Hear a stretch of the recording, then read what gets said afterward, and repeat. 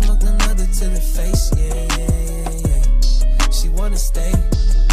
Singing to your bitch like I was Drake, yeah. Don't just try to tell me you love me. Can't keep it real if you really don't trust me. Come with a real, you hip in the front, so you get my meals. I'm gunning for the money in the bank. Come with a dank, scrolling the tank, rolling with the gang. You sick and I on the sideline tripping. I go to the hole with the rock like Pippin. Yeah. I'm okay.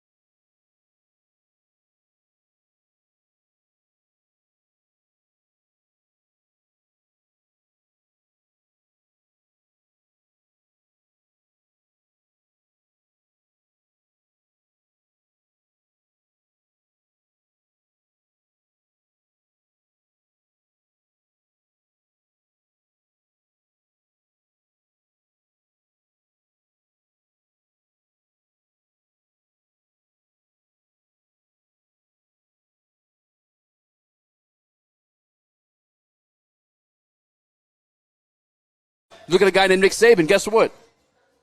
Of the Bill Belichick head coaching tree. Yeah. You know what I'm saying? I need you here with me, man, because that's why I'm calm. I can't tell you that I expected 0 points. Yeah, no. Nobody expected that. But in Foxborough against the GOAT. What? Come on. Yeah. I went to this last week, too. You guys are upset because you feel stupid. Mm-hmm. You got gut. But how did you get got in this situation? Why you keep saying us and like you predicted a win too? No, I didn't. I said it's a loss. You took the Patriots to win on 100%, yeah. You said this was a locked-in game at the beginning of the season. No, I did not. I said this is a questionable quarterback game. I did not tell you this is a locked – what? Against Bill Belichick in Foxborough? Yeah. You said next week is a guaranteed dub too. You're talking out of your ass. I've you never did not said say that. You didn't say Dallas was a guaranteed dub? Oh, next week Dallas. But you're talking about this week. Yeah, not the bye week. Yeah. No. Hell no. I've never picked the Lions to beat Bill Belichick in Foxborough. Hell no. Never. I don't care. I said it last week. Zappy Zane. I don't care if it's a nice young lady we have up the stage over here. Make sure you guys come holler at us at Coliseum nightclub. She's got some zappies on her. She's got some zappies on her, too. But I don't care who's that quarterback. This is the same man that made careers for Tom Brady. Yeah. The same man that made careers for Matt Castle. The same man that made a career for Jimmy G. It don't matter who's in there. Bill Belichick is the GOAT. And statistically, in the segment we did last Friday, by the numbers. Jared Goff, like 59% against Bill Belichick. 2 touchdowns in his career. 4 interceptions. Sacked like 9 times. I think it's 11 now. Yeah. Guys, we're a bad team. This is why I was trying to wake you up to last week. This is why we did the segment. Hey, how many of these guys in defense would you actually think makes a team? And then you took it a step further and made even more sense. How many of these guys – no, actually, I said what you said. Who would make the team? Yeah. I'm saying who would start in other teams. You were like, who in this defense would actually even make a team? Yeah. And then you factor in missing 5 DBs within the process. What? Come on. What did we expect? Now, where we got I expected to score more than 0 points. That's expected fair. that. No, that's fair. I expected the Lions to go out there and score a touchdown. I expected the Lions offense to not look anemic. I expected our offensive line to stand up against the Patriots' defensive pass rush. But it didn't happen. It was completely disgusting what I saw out there on Sunday. It was one of the worst performances I've ever seen in my life. It was completely embarrassing on all formats. Nothing they did has any merit. Nothing they did has anything you can write home about. They got out-coached, they got outplayed, they got outworked and out-hustled. And that is completely embarrassing. Completely embarrassing for a franchise. You went out there and you had no fight and you laid down. I mean, they didn't lay down. They couldn't do anything. They did not lay down. They were trying. It's like when, I don't know if you're like older cousin or I have anyone who obviously does jiu-jitsu, and like you're the inexperienced guy, the smaller guy in the situation, and the other people just have you pinned down and just, you know what I'm saying, like you can't do nothing. That was that situation. Like there was nothing we were going to do. We weren't going to do anything. We weren't. Now, 0 points. Ugh, ugly. But I've told you how I felt about Jared Goff. Like, come on, guys. I don't know. That's just where I'm at, man. And one thing, too, real quick. Stop crediting Matt Patricia with this. Please stop. We had a Patriots content creator on last week, a guy who writes for like an actual publication. No one knows what the hell is going on there offensively, who's actually calling the plays between him and Joe Judge. And not to mention, Bill Belichick has always been the GOAT. Doesn't matter who's there, no matter who leaves. Look at the guys who left. He still continue to win. Bill O'Brien, Romeo Crennel, Matt Patricia, McDaniels, like all these. It's Bill Belichick. Do not credit Matt Patricia with anything to do with yesterday. Bill Belichick does that regardless. He did it when Matt Patricia was absent. He did it when plenty of other people was way more important than Matt Patricia were absent. That's Bill Belichick. He's the greatest to ever do it. On his way to be second most all-time in wins and the most in Super Bowl wins. Yeah. It's the GOAT. Don't credit Matt Patricia with that. Please don't. That's the one thing I'll get worked up about. Don't do that. Don't do that. You don't think he deserves any credit at all? Matt Patricia? Yeah. Spinny, they've done this without Matt Patricia. He's been absent. Yeah, but they did it literally Sunday with him. Like I don't think I'm not crediting him though. That's a Bill Belichick trick though. You know what I'm saying? Like, and we can't even. You for sure can't even officially account him for the success of the offense because you don't even know what type of role he's playing in it specifically. No one does. Between him and Joe Judge, it's kind of a weird situation that nobody knows other than the players in situations like that. But come on, guys. Like, don't come on. We see Matt Patricia. It was never nothing like that. Yeah. It was always awful. I mean, in terms of like this. No, it was not Matt Patricia. Please, if anything, just stop. What about Jelani Tavai? Leading the team in tackles. Hey, he plays the linebacker position. I mean, that's the one that most often is going to lead you in tackles. Everybody thought he was ass when he was there. Everybody wanted him ass over. He was terrible when he was here. Get him out. Rightfully so. But he comes in there and he leads the team in tackles. You can have the most tackles. It doesn't make you like the best player on the field. He was making plays. No, he's not good. I don't know. Is that what you're trying to say? Are you trying to tell me that Jelani Tavai is a good I'm trying linebacker? to say he deserves some credit in the win, yeah. I mean, it's a team win, for sure. That's how football works. I mean, you could have, like, tackles up the wazoo, but, like, unless you're necessarily the guy getting – Matt Judon is the guy I called the game record in that one, not sure. Jelani Tavai. No, but Jelani Tavai is there to, deserves some credit. Yeah, I mean, sure, he played a part of it. But this is, like, for anybody to expect anything else, this is why, again, I was trying to give you guys, like, prepared for this last week, man. Like, we got okie doke. This is not what we think it is. Ben Johnson is what we know he is. I mean. With the rest of it, come on, guys. This is a process. This is year 2. We had the number 2 overall pick last year because we sucked. Yeah. I don't care who's back there quarterback. Bailey Zappi, Matt Castle, Jimmy G, Jacoby Brissett. Billy B can make them all go. That's why he's the GOAT. Yeah, I still expect you to put up some points. I still expect you to do something offensively. I still expect you to go out there and have a pulse. The one aspect I will say I was like thoroughly disappointed in, and I feel like we kind of bailed on it a little bit earlier than I expected, was the run game. That's supposed to be our strength. That's supposed to be our bread and butter. I think we saw Logan Steinberg back in the starting rotation for that one. And by the way, too, another like, I guess, nod to Bill Belichick being the GOAT. Obviously, that's like our strongest unit on this team is our offensive line, correct? Mm-hmm. The weak points on our offensive line is where we're missing our 2 guards, both Jonah Jackson and Big V. Guess what the Patriots ran all over us? Stunts. And Matt Judon, all these guys rushing from the interior, then Jared Goff spreading out, and then there's Matt Judon to clean up. You know what I'm saying? Like, it's Billy B, bro. He's the GOAT. I'm not upset because I expected this. I'm not ready to fire anyone. You expected a 29-0 shutout? I expected a loss. I didn't expect a shutout, but I expected a loss. So you should be upset. I expected an embarrassing loss. No, bro. This is a rebuilding team, man. This offense especially is, not the offense, the defense especially is garbage. Are you going to be upset when we're 1-7? Because that's what we're going to be. What are we right now? 1-4. And you guys losing 3 straight. Yes.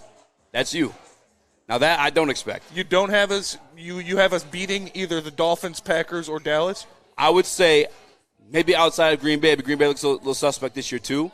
I think those are more winnable. In my opinion, those are more winnable games. Green Bay than Bill Belichick beat this Patriots team last week. It's okay, barely did. It went to overtime. Okay, and the Patriots put their balls on our face. If they beat us 29-0. And Green Bay beat the Patriots, how can you expect to beat the Packers? Unfortunately, Spinny, that's just not how football works. You know this. No? One team's not better than the other? It's any given Sunday. It's a game of matchups. It's like what they have versus what we got. Green Bay doesn't present the same type of challenge or, I guess, coaching strategically as the GOAT, Bill Belichick. They outcoached Bill Belichick, the GOAT, in that game and beat him.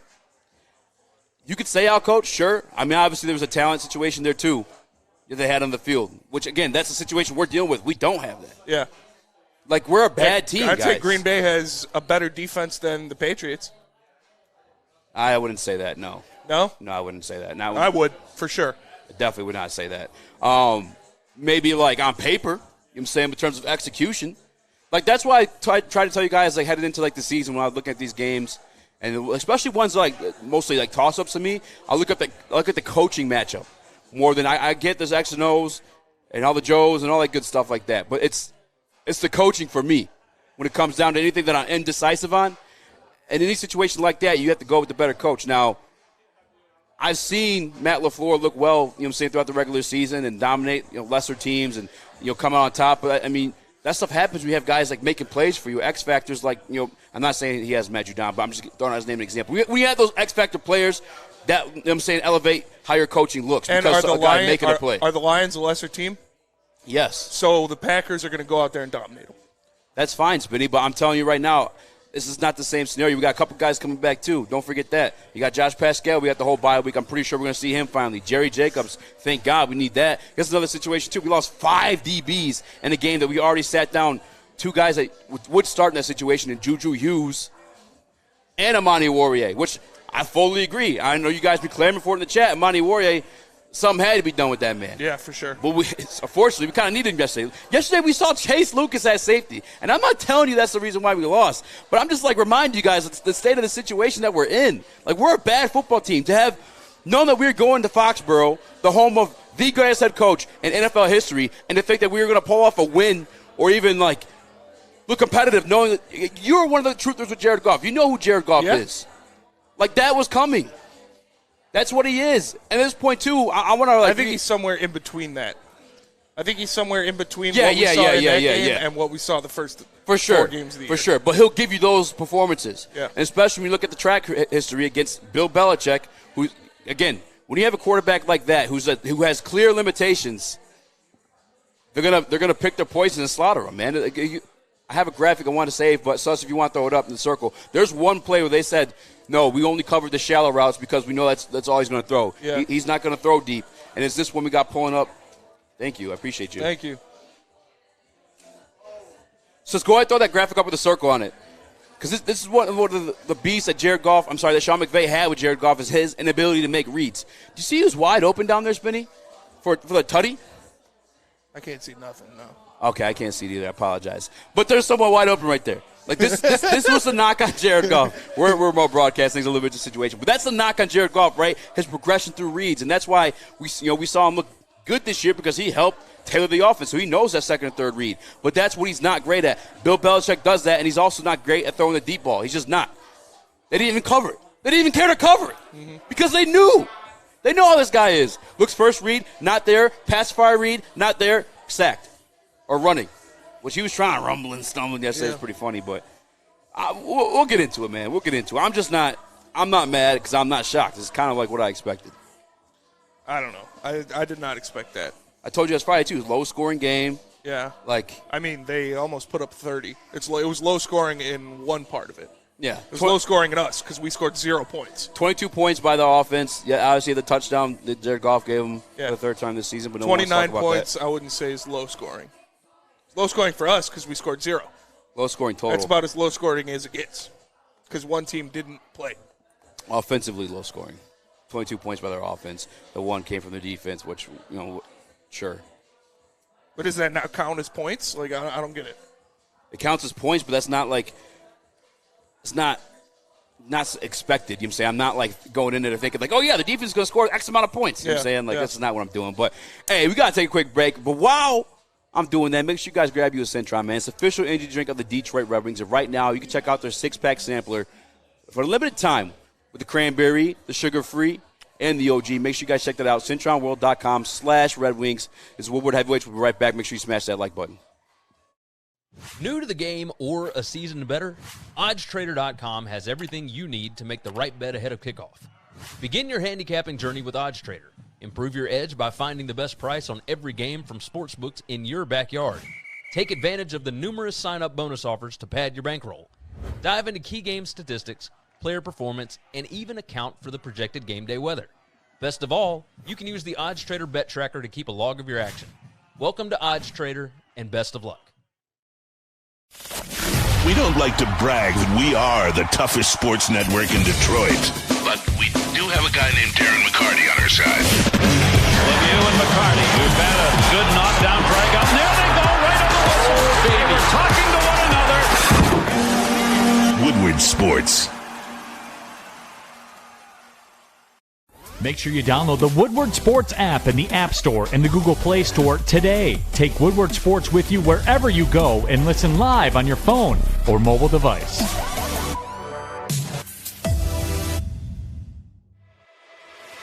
What up, though? Welcome back to the Woodward Heavyweights live on WoodwardSports.com. I'm your boy, Eazy, joined by my man, Spin Morax. What up, though? You got Young Sus in the TD booth, JB Smooth along next to him on the 1s and 2s. And we're kind of just going through the motions, man, talking about the Detroit Lions, 29-0 loss to the Patriots. Blowout. Embarrassing. I just don't know. I just expected more, which to think more of like what we have, man. Like, we were going to get out coached. You mean the number one offense in the NFL? Yeah. Like, to think more of that? To think the number one offense in the NFL could go out there and score a point? That's too much to expect? I mean, definitely wanted some points, but I'm not surprised. I can't tell you that. I am 100% surprised we scored 0 points. I just don't. And that's why you're mad. And that's what I'm saying. Like, everybody, like that. I understand why you guys are mad. I understand why you don't fire everybody because you expected more. But how? Like, you why? didn't. Like, you expected us to score nothing? Is that what you're telling me? I'm not saying nothing, but, like, I expected it to be an ugly-ass game. Yeah, and what did we get? An ugly-ass game. More than that.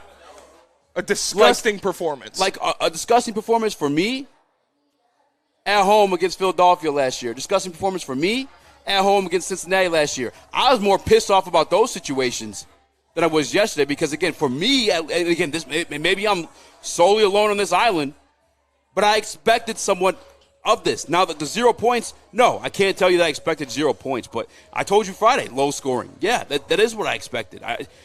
It's Bill Belichick. He has great defense, and he's the greatest coach of all time, guys. Like, and to say like we're going 1-7, like, I don't know, man. You guys just like overreacting a bit. Yeah. Like, let's like look at everything for what it is. We do got some guys coming back.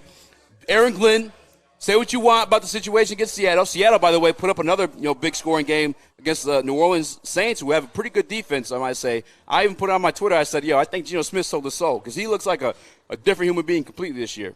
But Aaron Glenn, you guys got your defensive performance out of him. You got your punt. You got, held them to 22 points. Doesn't help in the offense to score nothing. But that's what you get with Jared Goff every once in a while. I had this crashing down moment last week. Yeah. I thought everybody was with me. I thought everyone was with me. We had a discussion about the defense. You know what I'm saying? Like, we're in year 2. Week 5 of year 2 of previous year, we were number 2 overall pick. We're a bad team, guys. Yeah. We're a bad team. We're looking worse than we were last year. Yeah. And to be honest, truthful with you, I mean, dealing with the situation we have throughout, injuries, whatever else, we kind of are worse. And by the way, the cocaine. Draft the cocaine. We got duped, son. Yeah. My lips ain't numb. Yeah. You know what I'm saying? Like what is baking soda. Yeah, is it baking soda? Is this Similac? Like we got. Look, and I ain't want to push that agenda yet because it is year 5, and I typically give guys 2 to 3 years even. But like the hype that was coming off of this guy, and I even fell for it too. Yeah. Which I don't understand because you were with me. Dose Dion was with me. Micro Mike was with me at camp. Aiden was eating. Yeah. And I got some stats on that, and make sure you guys tap in on woodwardsports.com. Put your thoughts in the Woodward Sports chat because we do know this is a hot-button topic, and we look at what Aiden Hutchinson is doing. 5 games into his career, he's got 14 total tackles, 2 tackles for loss, 6 quarterback hits, and 3 sacks. If you take out that game against Washington, D.C., he has 0 sacks, 8 total tackles, 0 tackles for loss, and 3 quarterback hits. But this is not on Aiden Hutchinson. This is on the coaching staff. This is on the coaching staff using, abusing, and torturing this man. This man in Philadelphia played 90% of defensive snaps. In Washington, played 81% of defensive snaps. In Minnesota, he was out. He got hurt. He left for multiple series. He played 79% of defensive snaps. In New England, he played 95% of defensive snaps. You can't do that. You can't do that with a guy that isn't conditioned in the NFL, doesn't know the NFL yet, is a rookie. I understand he's your prized possession. He is your number 1 draft pick. He is the guy they want you to come here and change this franchise. You can't do that to a guy. You look at Nick Bosa. Nick Bosa hasn't played more than 78% of his team's defensive snaps all year. He played 78% against the Rams and had 16 quarterback pressures. These guys need a break. That guy is tired. He is out there every snap, running around, trying to do everything. This coaching staff is failing him. This coaching staff is abusing him. Come on, bro. They don't know what they're doing. They don't know how to handle this guy. Hold on. It is bad. Hold on. Because what about the times when he's not tired?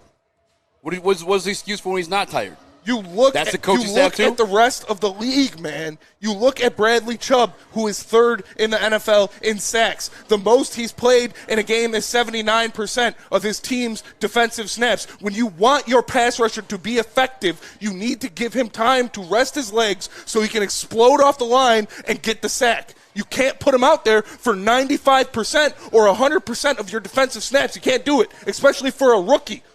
Especially when he's getting double teamed at a rate higher than the majority of the NFL. I saw that floating around too. That's from week 2, guys. I think that stat is from, through week 3. Through week 3, Week 3. We've had a couple games since then, including the Seattle one, where we all kind of saw with our eyes him getting beat one-on-one against rookie tackles. My question to you, Spinny, and I agree to that to a certain extent, but what about the times when his legs are fresh? There is a first quarter of the game. You know what I'm saying? There is a first down. There is a first series of downs, and he's still not producing. You saw what he did in the first quarter the first half against Washington. Washington, who, by the way, has now probably the worst offensive line. Yeah, Carson Wentz, the second most sack guy in the league right now. Yeah. Joe Burrow only went ahead of him. I'm chalking that up to that being Washington versus Aiden being overused or whatever the situation is. This is on him, bro. You've heard Jonathan Vilma say it during the broadcast. I see him out there. I'm not seeing him getting creative with the moves. Yeah, he's getting stopped. There's no move to. You know what I'm saying? He's not. And obviously, there comes to a point, too, I don't know what announcer it was, or maybe it was an analyst, but they were saying, he has those first down rush attempts, and throughout the game, he looks tired, and he just tries bull rushing, which, we got killed for that, by the way. We said it back in Studio B. We said, Aiden looks sweet. We're just kind of concerned because we really only see him on these bull rush moves against, Western Michigan. You know what I'm saying? But, hey, you guys know what you're talking about. We had a former Pro Bowl player source us at Woodward Sports and say, hey, this kid's moves are limited. I don't know if he's worth all the hype. Yeah. And again, I'm not trying to bash Aiden right away because I could end up looking stupid down the line. I 100% admit. But to this point in the season, this is fact. I was looking at numbers today on PFF in terms of this draft class, and they're hurries, hits, pressures, batted passes. Kayvon Thibodeau's only played 3 games. Mm-hmm. He's second in most of those categories, and some of them which he's ahead of Aiden Hutchinson. It's again, I don't know. And maybe some of what him playing the 90% is due to the roster situation. But I don't even give it that point because I saw yesterday my guy Austin Bryant, who a lot of us liked in preseason, get some couple pressures. I think he actually helped force a holding call in one of the situations too. Aiden's got. I'm not telling him to stop it all right now because he's a rookie. I don't know what to think of the whole situation, man. The whole Aiden thing it's a mess, bro. It's a mess. He's not the cocaine though. So far, 2022, Aiden Hutchinson was not the cocaine. We got Similac. You know what I'm saying? The plug ran off.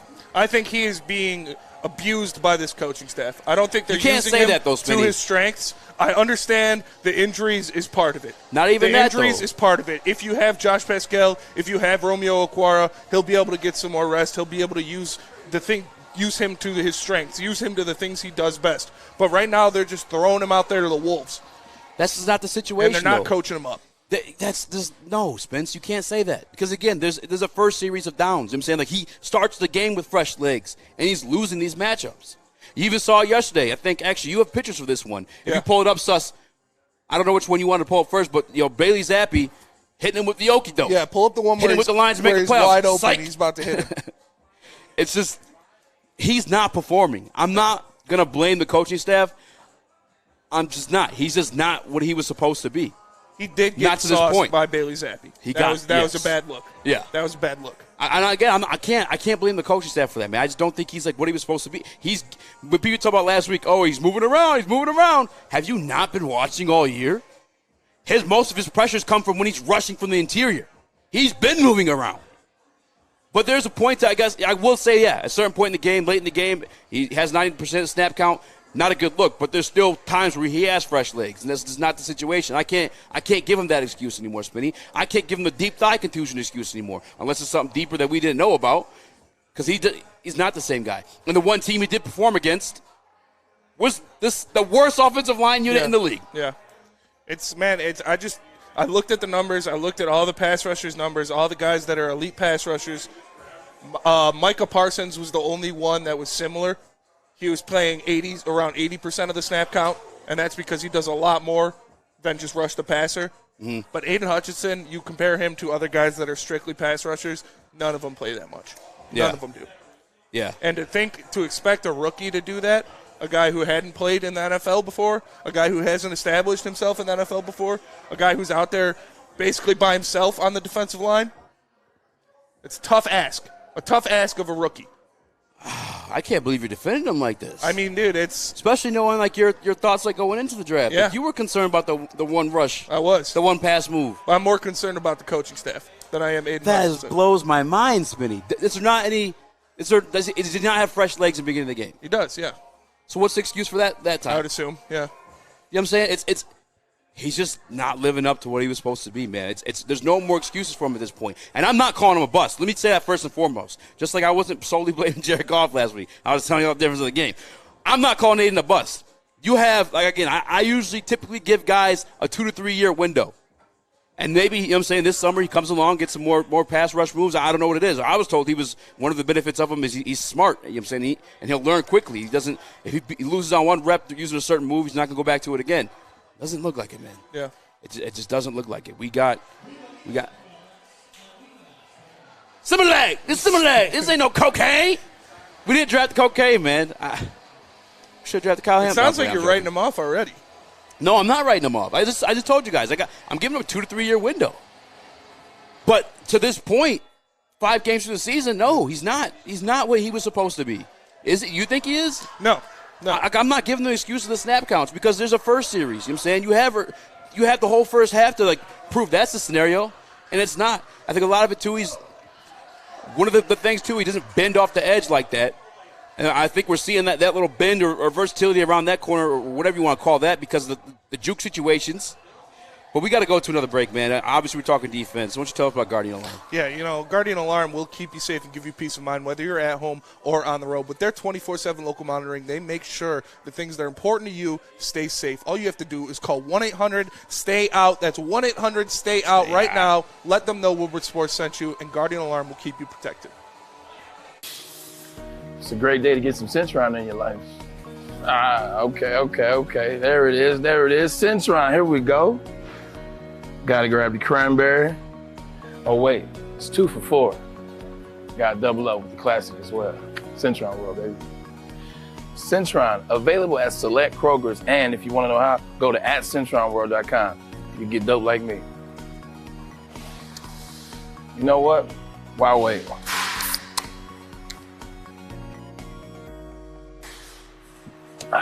Great taste, guaranteed.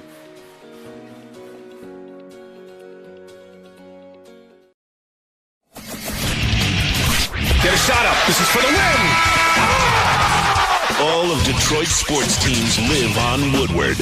All of Detroit's sports coverage lives on Woodward Sports. Driving the best in Detroit sports coverage.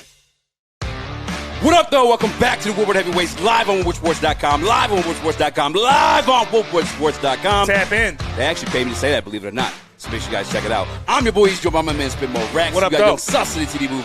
JB's moving the ones and twos. And I'm trying to talk you guys off the ledge, Spinny, because you sound like you're part of the camp trying to blame the coaching staff.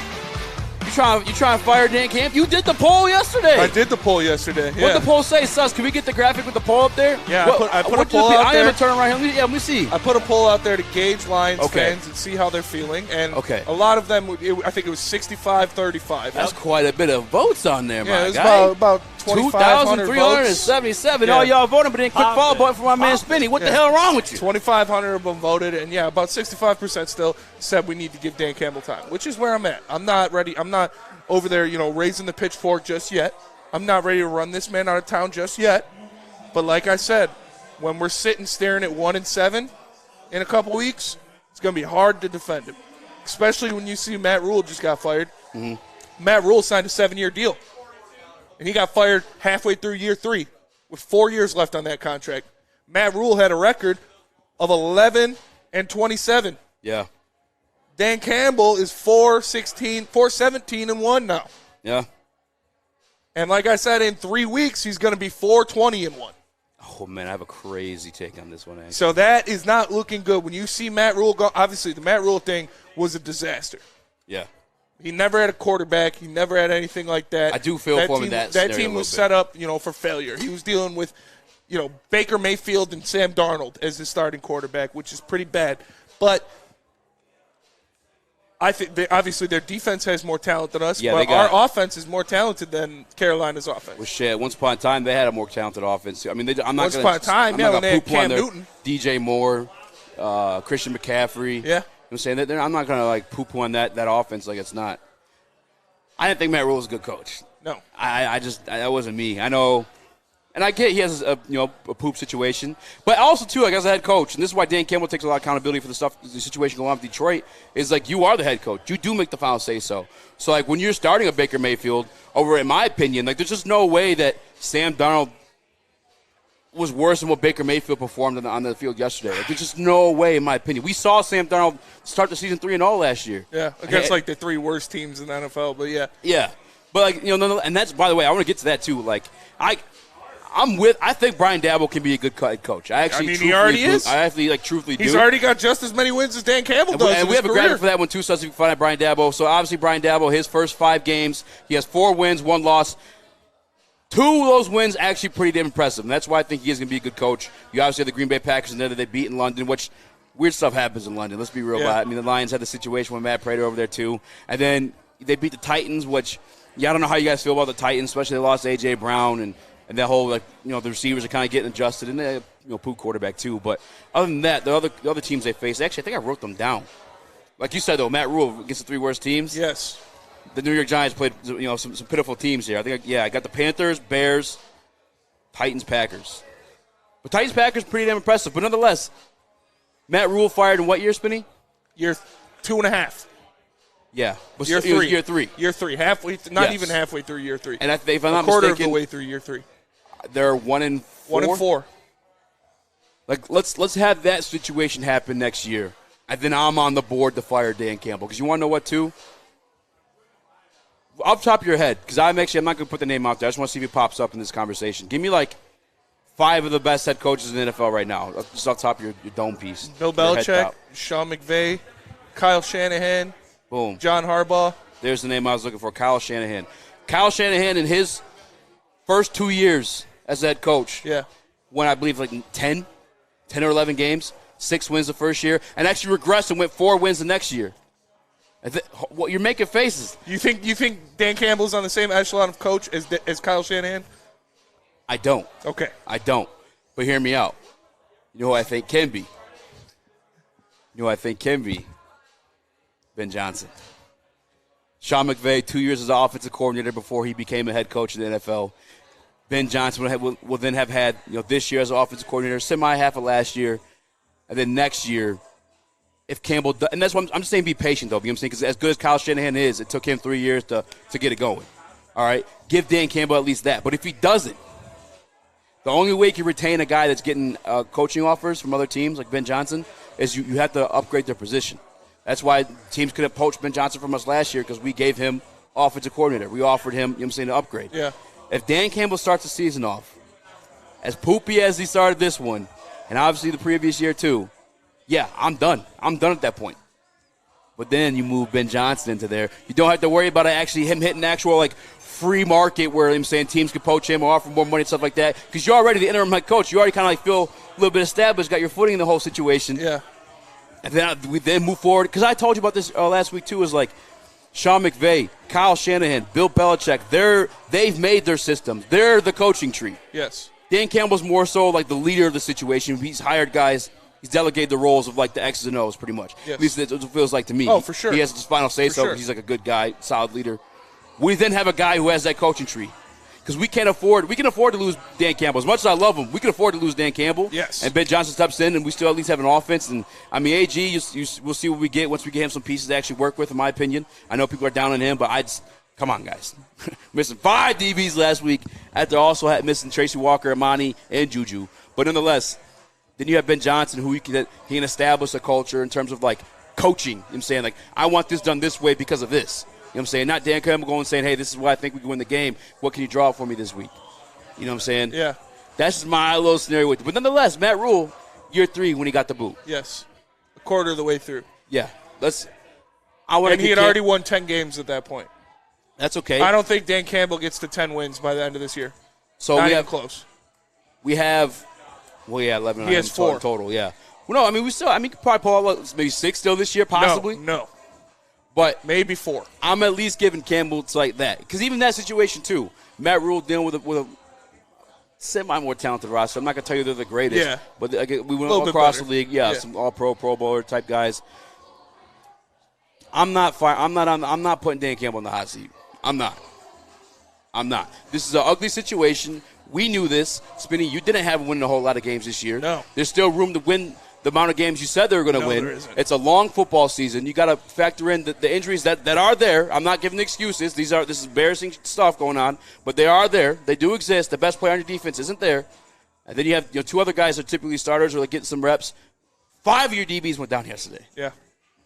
It's tough. There are a lot of losses, a lot of injuries for sure. And the pieces that Brad Holmes invested, none of them are all like available right now either. Yeah. You know what I'm saying? Because I think Brad Holmes, you shooed me away about it last week, and I'm not going to say that he's outright tanking, but the fact that we didn't have a lot of cap space to work with, so obviously I didn't expect him to make any moves anyway, but he did bring back Tim Boyle, which why? He did bring back Blau, which why? You know what I'm saying? He did bring back a lot of mid guys. He is drafting injured guys. I think he's in this for the long run. I think that he and Campbell and staff know that they have at least those 3 years. Or 2.5, however you want to look at it, 2.25. But no, man, I'm not. Guys, like step off the ledge a little bit. Like look at the reality of the situations we're dealing with. Yeah, I'm not ready to fire him yet. Not even close. I'm not ready to fire him yet. But he has not showed me any signs of improving as a head coach in situational coaching. I understand he's under the 8 ball with injuries, with a less than talented roster, with a lot of things you're looking at, but he continues to make the same mistakes. He continues to do the same things. Like the 4th downs? Like the 4th downs. Like doing things that are boneheaded mistakes. So I got to be real with the 4th down situation. I'm not even completely mad at that outside of the 4th and 9. But even then, and maybe I sound like an apologist at this point. Now, and whatever, I'll accept that because I do realize this is how this is going to sound. But this is our 3rd kicker in just as many weeks. Yeah. You know what I'm saying? Going through Seibert, went through whoever the hell that guy was last week. Don't even remember his name. Now we have Badgley, however the hell you want to call him, which Madeline Miller actually contacted us before Friday's show, and we just didn't happen to make it in. But she was kind of concerned with the fact that the Lions cut Austin Seibert. Meanwhile, she, as at practice every day, hadn't really seen Badgley kick around too often. So I guess I get the uncertainty to wanting to trust your kicker in that situation, but still. But even then, bro, like we're not winning that game. Those 3 points are helping you, bud. I'm sorry. Still got 26 more to go. You just do. It would have been nice to start off the game, though. Would have been nice to start off the game, 3-0? That would have been big. I don't think we were in a kicking situation then. The first drive of the game? Not the we first drive. Yeah, first drive we were midfield. The first time we got to Patriots territory. Yeah. It was still a close game then. And the rest of that point, too. That could change the game. 0-6 from fourth down hasn't happened since the Patriots versus Broncos in 1991. So it has happened before for anyone thinking I've never seen that in my life. Well, I'm fairly young. That's before I was born. And maybe a couple of you guys listening, too. But and a lot of those fourth downs will come in the second half. You kind of had to, bro. We're getting blanked. We're getting blanked out there. Yeah, it's some of them, obviously, you got to do it. When you're down, 28 points, when you're down 26 points in the third quarter, yeah, there's no point. But to start the game, when you're looking at to start the game, even going for it on your own 45, punt the ball. Punt the ball. Do you have that much no faith in your defense at all that they could stop a rookie quarterback? Was that the 4-1? Punt the ball, pin them deep. Was that the 4-1? Yeah. So I wouldn't have been mad if they punted it, but I also get trying to go for it when you have a dominant run game and they're ranked 29th in the league in stopping the run. Unfortunately, I don't like going for it in your own territory the first drive of the game. I'm with you. You punt the ball. You want to go to Foxborough, you want to win a game, you got to do something. You can't give them a short field the first possession of the game. You can't do it. Yeah. That is just a stupid call. Why is Sus catching strays in the chat? What's going on? Sus, why are you catching strays, bro? I didn't even know I was catching strays. What happened? You're catching strays in the chat. I don't know what you got going on. You messing something up? Nah, I'm killing it. Killing it. All I know is he's like Dan Campbell. Yeah, I like where we're at. Yeah, we're doing real good. I still like the play call. Yeah. All I know is we got to take a break real fast. We appreciate you guys tapping in. Make sure you check us out, woodwardsports.com. Tap in on the Woodward Sports chat, and we'll be right back. Fellas, let's be honest. We like things to be easy. We like simple stuff, like sports 7 days a week. We like things uncomplicated, like Lady Jane's Haircuts for Men. Open 10 to 8, 7 days a week. Walk in anytime. Sign in, sit down, watch your favorite team play, and before you know it, your hair will be game ready.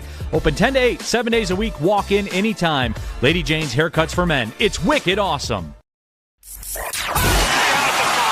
3 NBA championships. Detroit fans were there. 11 Stanley Cups. Detroit fans were there. 4 World Series wins. Detroit fans were there. And that one Lions playoff win in 1991. Yeah, Detroit fans were there. Woodward Sports, where the fans are. What up, though? Welcome back to the Woodward Heavyweights, live on WoodwardSports.com, live on WoodwardSports.com, live on WoodwardSports.com. They pay me to say that. I'm your boy, Eazy, joined by my man, Spin More Rash. What up, though? Sustin and TD Wolf. JB's moving along right next to him, man. And I want to get some comments to the Woodward Sports chat, and I appreciate you guys for tapping in. Anybody who hasn't already, make sure you hit that like button, be a friend, tell a friend, share the gosh dang stream. Almost said what I wasn't supposed to say. But Eric Minion in the Woodward Sports chat says, every team in the NFL deals with injuries. Yes. Which is true. It is true. Typically, every team dealing with injuries, though, not winning games. It's also true. And typically, most teams dealing with injuries have some sort of depth or pieces around that. Also true. They don't have as depleted of a roster as we do. 100%. So when you have a depleted roster like us, you're already out, 4 guys on your defensive line? Yeah. And then you lose 5 defensive backs in one game? Speaking of depth, you brought up Bosa earlier, having getting the 79% snap count. Yeah. The guy tied with Aiden in terms of the 2022 draft class, Drake Jackson, I think it is, also has 3 sacks. Is on that San Francisco team, and maybe that's why Bosa's getting a little extra breaks. They got that caliber of depth. Helps. You know what I'm saying? Helps. Definitely helps. But no, yeah. Go back to the Baltimore Ravens last year, decimated with injuries. The Ravens make the playoffs last year, Spinny? Yeah. They didn't. Oh, they didn't. No, yeah, you're good. But the teams with injuries, like major injuries, such as us, and they don't win games, bro. No, they were close. Yeah. No, I'm with you. I thought so too. I'm like, damn, they didn't make it. Yeah, they didn't. No, they didn't. And by the way, yesterday, we already have injuries, and we have injuries on top of injuries. 5 of our defensive backs went out yesterday. That was tough. But it's not like they were throwing the ball that much. They weren't throwing the ball around the field, Yeah, Bailey Zappi with 18 of 21. Yeah. Or something like that. 100-something yards. Man. 188. And actually, I wrote down somewhere. And 100 of them to Jacoby Myers. We couldn't stop the run. We were giving them short fields. Obviously, Goff was getting harassed by. We could not stop Matthew Judon. The guy was a monster. He was out there being a true game wrecker. I wish we had money last year. That's the guy I would have wanted to pay. Yeah. Was Matthew Judon or Jones, Chandler Jones. No, yeah, I'm looking at Bailey Zappi, 17-21, 188 yards, 1 touchdown, 1 interception. By the way, this is kind of like off the cuff or whatever, but remember the Sean Elliott stuff that happened last week? They're talking about he wanted to get the hell out of Detroit. Yeah, didn't start. He didn't start the game. I think that might have been real. Finished the game with 12 total tackles and an interception. Yes, he was the best player on the Lions defense. And then he left. He hurt. Got carted off the field. By the way, update on Savion Smith. He did travel back with the team. If you guys didn't know, did have feelings in his extremities. I know that was scary. That was scary, and I don't see the ambo roll out on the field too often. 100%. Yeah. And that's the thing too is people were talking about I was insensitive to the Tua thing. Well, I'm not a doctor, obviously, but I've seen concussions. I've seen guys get knocked out. That situation where a guy got knocked out. Savion's, no, it was a neck injury. He reported as a neck injury. He's still in the concussion protocol. But when that stuff happens, that's you're paralyzed. That could be the situation. I'm not saying it was, and that's why it was scary to me. Yes. And obviously, like you said, you don't see the ambo on the field. Not very often. Yeah, because the ambo was on the field with Tua. I think he got carted off. Yeah, he got carted off. Yeah, it's different scenarios, man. That was definitely scary. But, man, I'm not ready to fire Campbell. I may be in the minority in that camp. But no, you're not. You're in the majority. We did the poll. Yeah, 65%. Showed the poll. Okay. But like I said, I'm not ready to fire him yet either. But again, like I said, once we're sitting at 1-7 in 4 weeks, it's going to be harder and harder to defend him. It is going to be harder and harder to defend him. And then we got to play the Giants. Well, we play the Bears. If we lose to the Bears, how are you going to be feeling? Yeah. That's actually the one, too. I get that Roquan Smith and a couple other guys on defense. That is the one. If you're going to come to me for, my defenses of Campbell when you bring up the Bears, bro, I got nothing for you on that one. That blows my mind. Yeah. They're, 2-3 now? Yep. I know it's a losing record, but, they're supposed to be god-awful. Yeah, they were supposed to be terrible. Our guy, Adam Beydoun, the Morning Woodward show from 8 to 10, said they're going 0-17. Take them to win 0 games. Yeah, and obviously I don't think that's ever going to happen. That rarely has happened in history. I had them, winning 3 games, something like that. Which I guess still on pace, but they look way better than they were supposed to be. For sure. Way better than they're supposed to be. But, man, what's the time? Can we talk about golf, or should I wait? Should I keep going off the cuff and with the Woodward Sports Chat? You want to jump into the golf situation? No, we can jump into the golf situation. You want to jump into sure. All right. Yeah. I want to make sure that the Woodward Sports Chat is ready for my golf situation, too. Because I want to be real about this situation.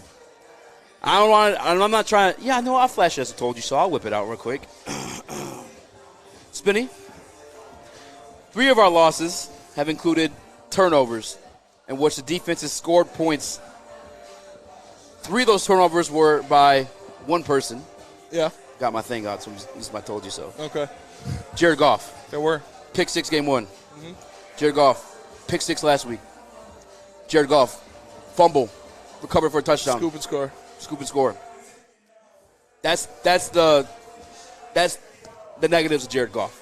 That's the negatives we've seen last year, Jared Goff. That's the negatives you saw of Jared Goff when he was in L.A. It's weird, golfful stuff. That's just who he is. Golfful. You know what I'm saying? Golfful. You can dress him up, and you can put makeup in the pig, but it's still a pig. Yeah. You know what I'm saying? I don't know, man. Where are you at with it? Because there's some people saying he was MVP. And you were bashing me last week. I was never buying that. Yeah, because I don't think it was his fault that we lost that game last week. But he had no help out there this week. He was running for his life. He was running for his life every drop back. No, he looked bad. He had somebody. He did look bad, but not just because he's running for his life. He had that stopped 1 3rd running down. the ball. They stopped running the ball. They had they were getting an unlimited amount of pressure on him. He was running around for his life out there, and yeah, it looks pretty bad. I said this earlier to you before we went on that I think he is somewhere in between. He's not as bad as what we saw out of him in this game. This game, he went, I got it right here, 19 for 35, 54%, 229 yards, an interception, a fumble, and a 62.7 total QBR. Oh, I forgot about that interception, too. Yeah. Bad throw. Bad throw. Bad throw. Hell of a catch. Great interception. Hell of a catch. Great interception. Was not going to be a completion, though. Yeah, no. To our team, I should say. That was a bad throw. Yeah. He tried to force it in there to Hutchinson. 100%. And I told you, too, Patriots said, yeah, we were going to let him throw deep, cover the flats, because he only throws the shallow passes. We had that one 4th and I don't remember however it was, 4th and inches if you're at the Coliseum. Not playing. But then we throw the ball. I love Amon-Ra St. Brown. But we throw the ball behind the line of scrimmage. What is the goal there? That was a terrible And I know I'm not like solely in that just being like a fanboy. I've heard like former NFL players speak about those plays. Though. Well, here's the thing, though. That's Ben Johnson's play call. I don't know. Well, there's other reads on this. You know what I'm saying? There's other reads on it. And I don't know if that was a situation where we had the guy downfield wide the hell open. You got mad when he took a shot in short down situations against Seattle. Say it one more time. You got mad when he took a shot in short down situations against Minnesota. Was it Minnesota or Seattle when he threw it up to Josh Reynolds? I was mad that it wasn't a run play just in general. That one was a 3rd and 1. But a 3rd and 1 though, you can't really be behind the sticks if you're running a little out route like that. You know what I'm saying? That was a stupid. That was stupid just not route. smart. I don't know. I hate when I see that when like you said, when it's 3rd down, 4th down, and 5, and they run a 2-yard out. That makes absolutely no sense to me. But like I was saying, I think Goff is somewhere in between what we saw on Sunday and what we saw in other games. What we saw against Seattle when he had 121.5 QBR, he went for 378 yards and 4 touchdowns. I don't think he's that good, but I don't think he's this bad. I think he's somewhere in the middle. And you can win with a guy like that. But you're not winning the big one. We're an immaculate defense. Winning the big one? I want to win a game. I'm not thinking about winning the big one, winning the Super Bowl. What the hell is that? We're not going to see a Super Bowl in my life. Don't say that, man. It's embarrassing. Winning the big one, I don't care about winning the big one. I care about winning a game. I care about going out there and not being embarrassed by another 1-3 team. It's bad. Goff can win you games, but with a defense that is that poor, with obviously dealing with a lot of injuries on offense still, Amon-Ra St. Brown was obviously not 100%. You don't have DeAndre Swift. You don't have DJ Chark. It's stacked up against him. He's not the guy that can. What he did against Seattle was an anomaly. Yeah. With nobody out there, no weapons, he went out there and he balled. He put the team on his back. He balled out and kept us in that game. You can't confidently expect Jared Goff to do that every game. That's not the kind of quarterback he is. 100%. You can't. He's not that guy. That's why people were jumping on, MVP or, what do you think about signing him now? There's a Jared Goff apology form. I'm about to make a Woodward heavyweight apology form. Yeah. Tell me where, you know what I'm saying? Apologize. Oh, I just started watching Team this year. Oh, I fell in love with Hard Knocks. Guys, be real about the situation. He's somewhere in between there. I'm going to spin this to another topic that we semi-talked last week a little bit, but now I'm not ready to talk draft, and I refuse to talk draft until at least halfway through. But, the quarterback, I know you wanted Will Anderson last week. Yes. You looking at quarterbacks now? No.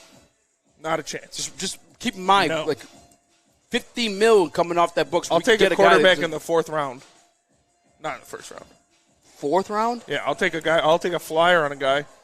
You guys can 3rd round, 4th round. You can get proven pass rushers. You can get another Aiden Hutchinson. Oh, yeah, we should do that too. I'm sorry, we have to get rid of I'm Goff saying we should sign 2 guys and draft 2 guys on defense. Because realistically, on this defense right now, there are 4 guys that I want to see starting next year. Not including Elliott, Tracy Walker. Not including Tracy. Well, yeah, because Tracy's out. Aiden, obviously, I want to see Tracy Malcolm. when he comes back. Yes. Yeah. There are 4 guys on this defense that I'm like, all right, I feel comfortable with them in starting positions. So you need to go out there. You need to sign 2 free agents. You need to draft 2 rookies. It's as simple as that. We don't have the luxury to worry about quarterback. We don't. We don't have the luxury to draft a quarterback with a top 5 pick that we're going to have because it doesn't matter. Well, it becomes a luxury, though, because you're then clearing cap space. And you literally have money to spend on proven defenders or even acquiring proven defenders. I saw that Deion Jones trade went down yesterday. Yeah, how you feel about that thing? That pissed me off so much. That, because a late-round pick? Because, you're trading a late-round pick for this guy. Great coverage linebacker. Why are the Lions not calling? Can I tell you something? Why are the Lions not in the mix for that? We can't afford it. Cut somebody. But then you got their dead cap situation. Yeah. You can finagle your way around it. Don't tell me they can't, because they can. Happens all the time. But and finagling it, though, you look at the guys who had the big money on their deals, Goff, Brockers, which they already kind of moved some money back with Brockers. Like, Michael Brockers, you're then extending your attachment to them and their dead cap. You know what I'm saying? Like, I think that's why. And the semi, like, I'm not saying Brad Holmes is tanking, because you can't tank on the field. Like, for sure, I don't care who you are. You tell me that NFL players are tanking, like, you're stupid. These guys are fighting for the job day in, day out. They're not guaranteed contracts, such as NBA contracts. Like, they could very well lose their job that week, get cut, sign another guy. We see it all the time. NFL players aren't tanking, but who may be tanking? Brad Holmes. And you got to think Dan Campbell's not Brad Holmes' guy. He is not. Brad Holmes did not go out and bring in Dan Campbell. Not. Brad Holmes did not say, I want this guy as my head coach. Dan Campbell is a Sheila Ford Hamp and Chris Spielman guy. Yeah. So, I mean, take that for what you will. They seem like they like each other enough of what we've seen, You know, what we've seen them in public, but man, it's bad, and it's going to get a lot worse in the next couple of weeks. Shout out to everybody in the Woodward Sports Chat, including my guy Micro Mike. Micro Mike, I'm right now formally inviting you on the show tomorrow. We need to get you on the show, especially if you're already talking draft stuff. I need to know who you got cooking for us. I don't really like to do draft stuff until like after the season's over. I like to look at it's a bye week everything. Though. Yeah. You can sneak one in when you're 1-4 at bye. Oh, do we do that this week? I don't know. I don't know. I don't like doing it either. I know. It sucks, but it's a situation. There's though, no man. way we're winning, no way we're making the playoffs. I can't see us winning more than 4 games. No. That's why, like, everything that I've said, I've always cut you short of when you like tried to say I was saying playoffs. I was like, no. Yeah. No. You said 8 or 9, 10 maybe. 10 is not crazy. Yeah, and I really only said 9 for, like, the social media effect because I know everyone's going to fall in love with it. But, like, my real expectations, like, was 8 at the most. But, again, that's – and we'd be lucky to get to 5. Yeah, and you can run the tape back, too. I've always said, like, the majority of that's based off our schedule. Yeah. And what in the situations we're dealing with, those questionable quarterbacks, which – you got the next 3 games on here. You were crying about it earlier. You want to talk about that next? Yeah, we can talk about that. All right, man. How about you tell about the butchery then? The butchery, man, I got to tell you guys about the butchery because the butchery is the official meat supplier of Woodward Sports. Call 248-682-2697 or that is 248-682-COWS. Yes, cows. Or order online at thebutcherysl.com, shipping included for Woodward Sports customers. The Butchery, meats, eats, and treats. Sandwiches to die for. Wagyu meats and artisan breads inspired by the legend Chef Dave. Only the best for our meat-loving customers. An old-school butcher shop from a new-school perspective. I'm telling you guys, it's the best food I've ever had in my life. So if you're down on the Lions, go eat your pain away. Order some food from the Butchery. We'll be right back. At work and at home, we're there with smarter security solutions. Featuring complete automation with customized alerts and more. For over 90 years, we've been the company that's been counted on to protect what matters most, all with personalized service and care. Right now, for a limited time, receive a free video device plus free installation with a new home system. Guardian Alarm. We protect Michigan. Fellas, let's be honest. We like things to be easy. We like simple stuff, like sports 7 days a week. We like things uncomplicated, like Lady Jane's Haircuts for Men. Open 10 to 8, 7 days a week. Walk in anytime. Sign in, sit down, watch your favorite team play. And before you know it, your hair will be game ready. Open 10 to 8, 7 days a week. Walk in anytime. Lady Jane's Haircuts for Men. It's wicked awesome. What up, though? Welcome back to the Woodward Heavyweights, live on WoodwardSports.com, live on WoodwardSports.com, live on WoodwardSports.com. I'm your boy Eazy, joined by my man Spinmo Rex. What up, though? Sussly, TD Booth, JB Smooth along, right next to him. And we're rocking and rolling on a misery Monday. Detroit Lions blanked by the New England Patriots, 29-0. But it is the GOAT. But it is Bailey Zappi. I don't know. Take it how you guys want to. I'm letting you know right now. I'll let you know Friday. Low-scoring game. We're going to lose. It's the GOAT. It's the GOAT. But you already said it. You're on wax for your comments you made. You said 1-7. Yeah. Are you saying that as reality? As reality. Or guaranteeing As a certainty. As a certainty. As a certainty. Wow. The Lions will not win their next 3 games. I mean, odds are definitely probably in your favor. Yeah. I'm going off of what I've seen. Lay it out. I'm going off of what I've seen. I'm going off against Dallas having a fantastic defense. They really do. I'm going off of Dallas God dang, that defense continuing to win regardless of having Cooper Rush. They've won 4 games in a row with a backup quarterback. They're first in rushing touchdowns allowed. They're first in red zone touchdowns allowed. They're second in sacks and third in points allowed. This defense is legit. This defense is scary. This defense is Micah Parsons and DeMarcus Lawrence. Like, they're coming. Micah Parsons last night, torn up groin. Yeah.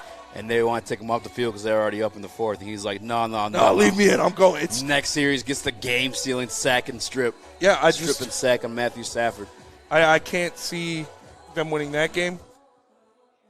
Again, it's on the road. It's in Dallas. Dan Campbell has not won a road game in his career. Can I? Oh, my. Why did that happen? Because you're an idiot. Is that how you're supposed to do it? You're supposed to do it slower than that, but it's all right. Whoops. For me, I kind of wish we did that game last because that's the one I feel like is most winnable, even over Miami.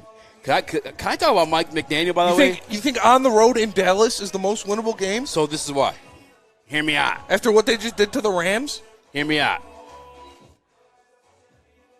Dak Prescott's coming back. A little banged up. I'm sure he's just rushing to be back just to be back because shout out to JB Smooth. We sent in the chat. We should have actually uploaded the video, but you know that video of Tyrese? He's crying. He's like, congratulations. Yes. That's Dak Prescott every single game to Cooper Rush because he's undefeated as starting quarterback of the Dallas Cowboys. And, Dak is on that questionable quarterback list. Dak's going to rush back because he needs Cooper Rush isn't? You're more scared of Cooper Rush than you are Dak Prescott? I gotta keep it a buck with you. I haven't watched. I hate the Cowboys. When they're on national TV, I kind of make it a point to not watch them because I'm just sick of the Cowboys getting like national games every single week. Dak Prescott is a better quarterback than Cooper Rush. I'm sure of it. I'll tell you that. But Cooper Rush in the same way. So same thing with Bailey Zappi a little bit yesterday. Sometimes we have those go off a little bit too. When you have those limited quarterbacks, you only allow them to do certain things. I'm saying you're safe. The safe things you allow them to do, like just enough to win the game type thing. That gets a little risky out there. That's when he becomes a questionable quarterback. Cooper Rush, I haven't watched a single Cowboys game, so I couldn't say this for certainty, but I guarantee you he's being handled with kid gloves, with white glove treatment. Like, we can't have him do that one. You know what I'm saying? Even Dak was a Duncan Deke, whatever the hell you want to say type of guy. Dink and dunk, thank you. Yeah. Before he became Dak. But I think Dak's going to want to prove that he's a better quarterback. I think he's going to want to go out there and make some flashy plays. He's going to want to go out there and run, cause some turnovers in situations where, we can win the game. Not only that, we get Josh Pascal back. We get Jerry Jacobs back, two pieces on the defense, which we know is our weakest unit by far. We've already heard speculations prior to this week. J-Mo, getting him back, which we've seen a couple plays. We said it throughout the season. If J-Mo catching that's probably to the crib. Just saying. And Micah Parsons is an absolute beast. But I am damn sure excited to watch him go head-to-head against Penei and or Taylor Decker. I mean, Penei and Taylor Decker were getting ripped up by Matt Judon. Yeah. And now Judon's cold, too. Now they're going against hopefully his groin's in 2 weeks they're going to be going against Micah Parsons and DeMarcus Lawrence, which is the best pass rushing duo in the NFL. I have no faith again. The pieces coming back, I like that. Obviously we haven't seen Josh Pascal, so you can't say, he's going to be a game changer. Jerry Jacobs, that'll be good. You can only be an improvement from what we've seen out there. Jameson Williams, you haven't seen him yet, but you think he's going to do great things. You think he's going to be a dynamic player. If those guys come back that week. Which Amon-Ra's going to be a bit healthier. Probably get DeAndre Swift back that week. Jonah Jackson practiced last week. We're probably getting him back. I hope. I still don't think those additions make us a better team than Dallas. Well, no, they're not going to make us a better team than Dallas, especially not on paper. You need to be a better team to go and win in Dallas. We're definitely a lot more competitive heading into that one than we were heading into Foxborough this past week against the GOAT. Against a third-string quarterback, too. Hey, again, have we not seen Bill Belichick do that before? Yeah. You know what I'm saying? He's the GOAT. He's the GOAT. That's the crazy part about it. You can't discount anything. He had this, he had that. He's been in a situation without this and that, and has always provided. He's never lost more than, I think, he's never won less than 6 games in his entire career, which is crazy. And obviously 6 not a lot, but I think after his 3rd or 4th year, he's always been double digits, except for maybe that first year with Matt Castle. No, they won. I think 10 games with Matt Castle when he was in there. But still, man, it's again. Dan Campbell has not won a game on the road in his career. Yeah. You do have a lot of things going for you. You have the bye week. You have the extra week of preparation. Hopefully some of those guys will be healthy. Hopefully some of those players will be available. But as we got those guys back, we lost some dudes. You know, who knows what Charles Harris's injury, what he's dealing with. Deshaun Elliott, who knows how serious that injury is. And now Savion Smith's gone. So what our starting safeties are going to be Kirby Joseph and Juju Hughes? Chase Lucas was starting safety for the first time in his life. Or Ife Melifonwu. Hopefully he can be healthy. By the way, I loved Ife. I was all about the prospect of Ife. Cannot stay healthy. I pulling out my Ife stock and investing it elsewhere. And again, we talk about these guys coming back. DeAndre Swift, Amon-Ra St. Brown, Jameson Williams. Those are the three best players you have coming back. They're all on offense. Until yesterday, offense hasn't been the problem. So it doesn't really tip the scales for me in any of these games. That we're getting more weapons on offense. We don't need that. Obviously, we need the ones we had back because it was looking rough out there. But, man, unless Josh Pascal comes in here and is a world breaker, unless Josh Pascal comes in here and is tearing it up, no, I can't see us winning in Dallas. Not even close. That's you. You thought they were going to win in Foxborough. I'm telling you, Dallas is a lot more winnable game than Foxborough. I get that third-string quarterback, but it's the GOAT. I'm hoping. This might sound crazy. I'm actually hoping that my man Dak is back by then because I think that's what makes it more winnable. That may sound crazy to some. And by the way, Michael Parsons, we mentioned it, and obviously didn't slow him down too much yesterday, but has that groin injury. You know, this sounds terrible to say, but don't say it. It might get a little worse this week. He might be out. 2 weeks of prepping on them boys too. That's the one I don't care about the prep. Prep means nothing to me. I have no faith in our coaching staff to out-coach another team. I think Mike I don't have McCarthy's faith in out-coached. them to build a scheme to beat them, even with an extra week. I don't know why that's the case, man. You've seen them build schemes to come close enough to beating the Vikings this year. You've seen them build schemes to come close enough to beating the Philly this year. Philly, not Jared Goff's fault, but that pick six, again, another one of the situation where what's the difference? You take away that six, we win. I have faith they can do it, especially on 2 weeks' notice, for sure. I just pray and hope that a lot of the names we just mentioned are back, including one that I didn't say, which I don't expect to be back. I think this guy might be Dunzo, and I'm sorry if it hurt anybody's feelings saying that, but Romeo Okwara. We haven't heard I haven't heard anything about him, yeah. Not to mention we saw Jeff Okudah go down 4 weeks earlier. He's back now. We saw Brandon Graham at the same position go down with Achilles injury. He's back this year tearing it up. NFC Player of the Week, I think, 2 weeks ago. I don't think Romeo's handled that Achilles injury too well. He's not doing well. Not doing well. It's tough. The Lions are they're under the 8 ball. Yeah. I have no faith saying they can beat any of these teams for the rest of the year. Miami, I can get with you on for sure. Mike McDaniel, I apologize. I mean, a lot of stuff I was just saying we're the heavyweights. We say funny, wacky things. But I was like, who's buying into that guy? He could barely talk, but dude, that guy's he is a genius. Coaching him up. He is a genius. Coaching him up, man. He's got weapons. He's another guy. Maybe give it some time. We had a third-string quarterback in yesterday and was in the game up until late. And this third-string quarterback, by the way, I say third-string quarterback because I don't even know this dude's name. I don't either. Number 19. Yeah. It's because that Teddy Bridgewater go out. I mean, they have hella weapons, but a lot of weapons. But he's still a god. He's in terms of just offensively coaching, he's it. He's got it. But we talked about, impressed, so the Miami game is a lot scarier for sure. A scheme for Tyreek Hill and Jalen Waddle is a lot easier for scheming. It's run fast. Run fast down there and we'll throw it to you. Or don't run fast, we'll throw it to you in the flats and then run fast. It's kind of easy to scheme when you have that kind of threat. True. That's true. When those kind of threats, but I'm not taking anything away from him. He's proved himself to be a good coach already in this league. He's proved himself to know how to win already in this league, which is more than we could say for Dan Campbell. Yeah. Home against Miami. That one obviously looked a little swifty there at home against Green Bay. I don't know what the hell to make of this Green Bay Packers team this year, man. I really don't. I would love to have the hot take tell you, oh, they're not it, they're bad, but, like, they're just on and off. Aaron Rodgers starting to look a little bit older. He's still obviously showing it a little bit, but showing he's a little bit. But he's still being Aaron Rodgers. 100%. It doesn't help when you have Allen Lazard and Randall Cobb as your top 2 targets. You know, Romeo Doubs has looked all right, but he's still a rookie. Christian Watson can't even make the field, apparently.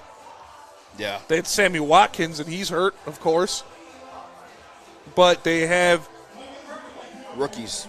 They have A.J. Dillon and Aaron Jones. Yeah. And I have no faith whatsoever that we can stop A.J. Dillon or Aaron Jones. Which, by the way, Matt LaFleur, you know what I'm saying? As a fantasy owner of A.J. Dillon, you deserve to lose that game, fam. You went for that field goal. You could have just ran with A.J. Dillon. What are you doing, guy? That's my fans. That's one of my fantasy running backs. I bought in. Just keep feeding the ball. All right, it's Coach Eazy talking in the headpiece. Let's feed A.J. Dillon a little bit more, guys. Let's get it going. Give him the ball. Yeah, let's get Quadzilla the ball a little bit more here, all right? On 2. The Packers obviously questionable, which I can't tell you that we're going to win that one for sure, but those are all different scenarios to me, considering guys coming back from injury than what last week was in Foxborough. And again, Bill Belichick plays a part in that too. Like I think I told you this before when we did our, the thing every radio station and network does is beginning of the season, you look at the schedule, win, W, win, loss, win, loss, win, loss. Well, a lot of my win-losses when I'm up coaching. Mike McCarthy, I don't think is a great coach. I know he has a Super Bowl, but he also had Aaron Rodgers. He's proven himself to look like an idiot other times. You have Mike McDaniel, who's unproven per se, does look damn good. I'm changing my tone on him a bit. And then you have Matt LaFleur, who I think another guy, he's good offensively, I want to say, but he's another guy blessed with Aaron Rodgers. Again, I'm going to do the same thing I said with the questionable quarterback list. Uh-huh. You got those guys on the other side, but you have Dan Campbell on your side every time. So, what is the faith of Dan Campbell is a better coach than those guys? Than a Super Bowl winner? I can't Than a guy that's already won the same amount of games through 5 games in his career than Dan has in a year and 5 games? Well, I can't say that for certain. What I can say, if Dan Campbell had the amount of talent those guys are hitting the field with, they're going to war with, he'd probably look a lot better than he is too. He'd look a lot better. I don't know. He'd still make boneheaded decisions to lose games. Maybe. Just like Chris makes boneheaded decisions when he's hitting the switch button. For sure. See, I'm doing good. I'm perfect over here, guys. I don't know why you're talking about me in the chat. No, I'm messing with you, man. Why don't you tell us, when you like that game against Dallas, you might pick us to win. That. Where do you find the best odds All right, to get on that game? This actually might be a little solid bet, guys, because obviously Detroit Lions are going to be the underdog in this situation, guys. Before news hits that, J-Mo's coming back and Josh Pascal and Jerry Jacobs, and the odds start to tilt a little bit, head over to oddstrader.com right now to see what those odds are for the Lions and the points. I'm not going to tell you money line unless you're brave like me. But on the points, shop oddstrader.com because it's your number one site for your game day bets, play-by-play updates, live scores, and the best price on every game from multiple sports books. Go to oddstrader.com right now for your best bet. This is Woodward Sports. We'll be right back. It's a great day to get some Centron in your life. Okay. There it is. Centron, here we go. Gotta grab the cranberry. Oh, wait, it's 2 for $4. Got double up with the classic as well. Centron World, baby. Centron, available at select Krogers, and if you want to know how, go to @CentronWorld.com. You get dope like me. You know what? Why wait?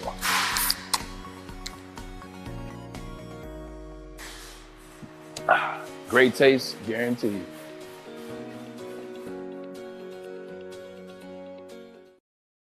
Make sure you download the Woodward Sports app in the App Store and the Google Play Store today. Take Woodward Sports with you wherever you go and listen live on your phone or mobile device.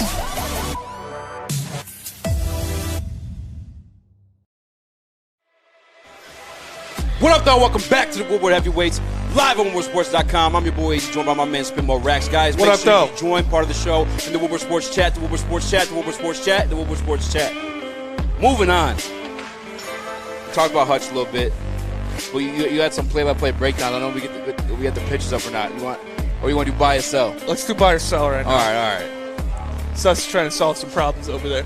That's right. I apologize. And make sure you guys, once we rattle off these names, yes, Go into that Woodward Sports chat. Woodward Sports chat, Drop Woodward Sports if chat, you Woodward would Sports buy chat. or sell these players and or coaches that we're going to be talking about. Yep. First comes first. Dan Campbell, buy or sell? Buying. I mean, if it's an actual stock, I'm selling. The things aren't looking good, but it's low right now. Again, I'm telling you guys, I'm giving them to year 3. This is not an ideal situation for any head coach. Yeah. For any coach in the NFL. It's just not. I gave you the stat with my guy, Kyle Shanahan, and I didn't even mention his name. I said, hey, just rattle off me a couple good head coaches across the league. Yeah. He came across. You look at his first 2 years, not the greatest. And I argue that he had a better situation than us. He had a roster that was in the Super Bowl, I think, 2 to 3 years prior before he inherited it. Buy, sell. I'm buying Campbell just on the odds of that. And then if he doesn't work out, I'm still banking on Ben Johnson. That's my real buy. Sell. Yeah, I knew. I need the money, first of all. But no, it's, I just had to pay $600 to get my brake fixed today. But me too, man. We're talking about a guy that, like I said, he's 1-4 right now. He's 4-17-1 through that many games in his career. He's about to be 1-7. He is about to be 4-20-1 through 25 games in his career. That is unacceptable. That is unacceptable. And if he goes out there, he rattles off a win, more power to him. But it's not looking good, man. It's not looking good for his future in Detroit. And I like I said, sell, but I'm not sell. Trying to get him out of town right now because I do like him as a guy. I like him as a motivator. I like him as someone to rile the troops. But he hasn't proven me anything as a coach. He hasn't proven me anything as an on-field decision maker, which is more important than motivation in my eyes. So I need to see something out of him in these next 3 games, or I'll be saying fire him at the end of the year. How about Jared Goff? Jared Goff? I mean, sell. No, I need the money. Jared Goff's stock was high. We've talked about this. We've had the same thing all year. You lower thirds is your cash app? People are saying we're flip-flopping because what we said about Jared Goff last week. What we said about Jared Goff last week was that he's not the 22nd quarterback in the NFL, which I still don't think he is. Like I said, I think he's like 15, somewhere around there. I think he's better than Mitch Trubisky. Is that too much? Is that crazy of me to say that Jared Goff is a better quarterback than Mitch Trubisky or Jacoby Brissett? It's not. It's not. Go look at that PFF list and tell me it's not crazy. I still think Jared Goff is the middle of the pack quarterback, but I'm not putting all the blame on him. This roster is in shambles. This roster is god-awful. It's the worst roster in the NFL. So not everything's on him, but we know what he is. We said it before the season. We continued to say it. I said it today. You're reusing my excuses for Campbell. I don't think he is as bad as he's showing last night. Yeah. But I don't think he's as good as he showed in a couple games this year. I think he's right in the middle. I think he's the middle of the pack guy. Jared Goff? Yes. Sell. I think if I want to use your and Owen's logic, you can sell him for a lot more than you typically can. I think we saw what Jared Goff is last year without Ben Johnson. So I think Ben Johnson is a guy really dressing him up to look as pretty as he's looked. The same way Sean McVay. He said putting makeup on a pig. That was kind of disrespectful. All right, putting makeup on a 6 or something like that. I mean, I don't know what you want me to do with it, man.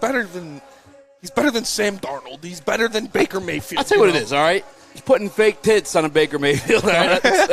That's what Ben Johnson is, all right? That's what Sean McVay is. But without those guys, Xing and Oing it up for him to look that way, no, he doesn't make the second read. The third read. He made the second read this year, he is, because he's part of tailoring that offense. But a shout out to our guy, Chad Johnson, the Woodward Sports chat that we got going on.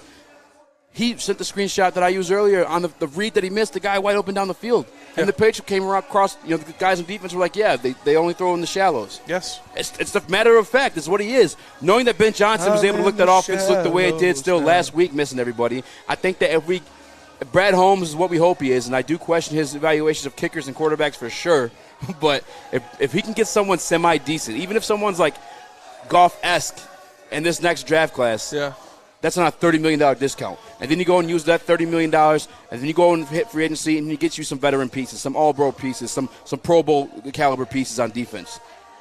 And then you work with something like that. So, Jared Goff, you've had a great year, just up until yesterday. Up until yesterday. Yesterday. But I'm still sell. Yeah, we know what he is. He's not the problem on this team.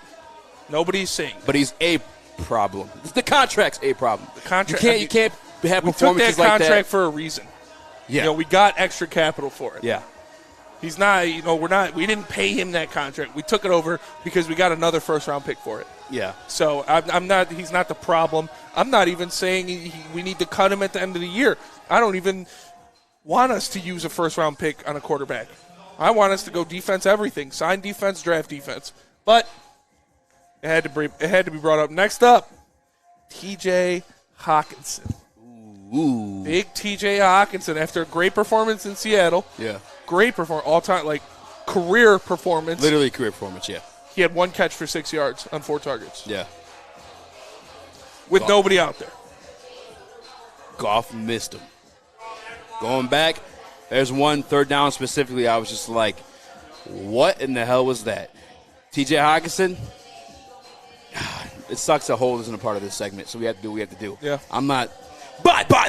I think he's still obviously a weapon. He still do what he did last week. You just have to deliver the ball to him. Yeah. You watch back that game yesterday, awful. It just was. And he has those type of games. TJ had those little rough patches in the beginning of the season. Still didn't get a lot of targets at the beginning of the season. We've seen TJ do TJS things that we know, be a good tight end. He's still that guy. You got to get the ball to him.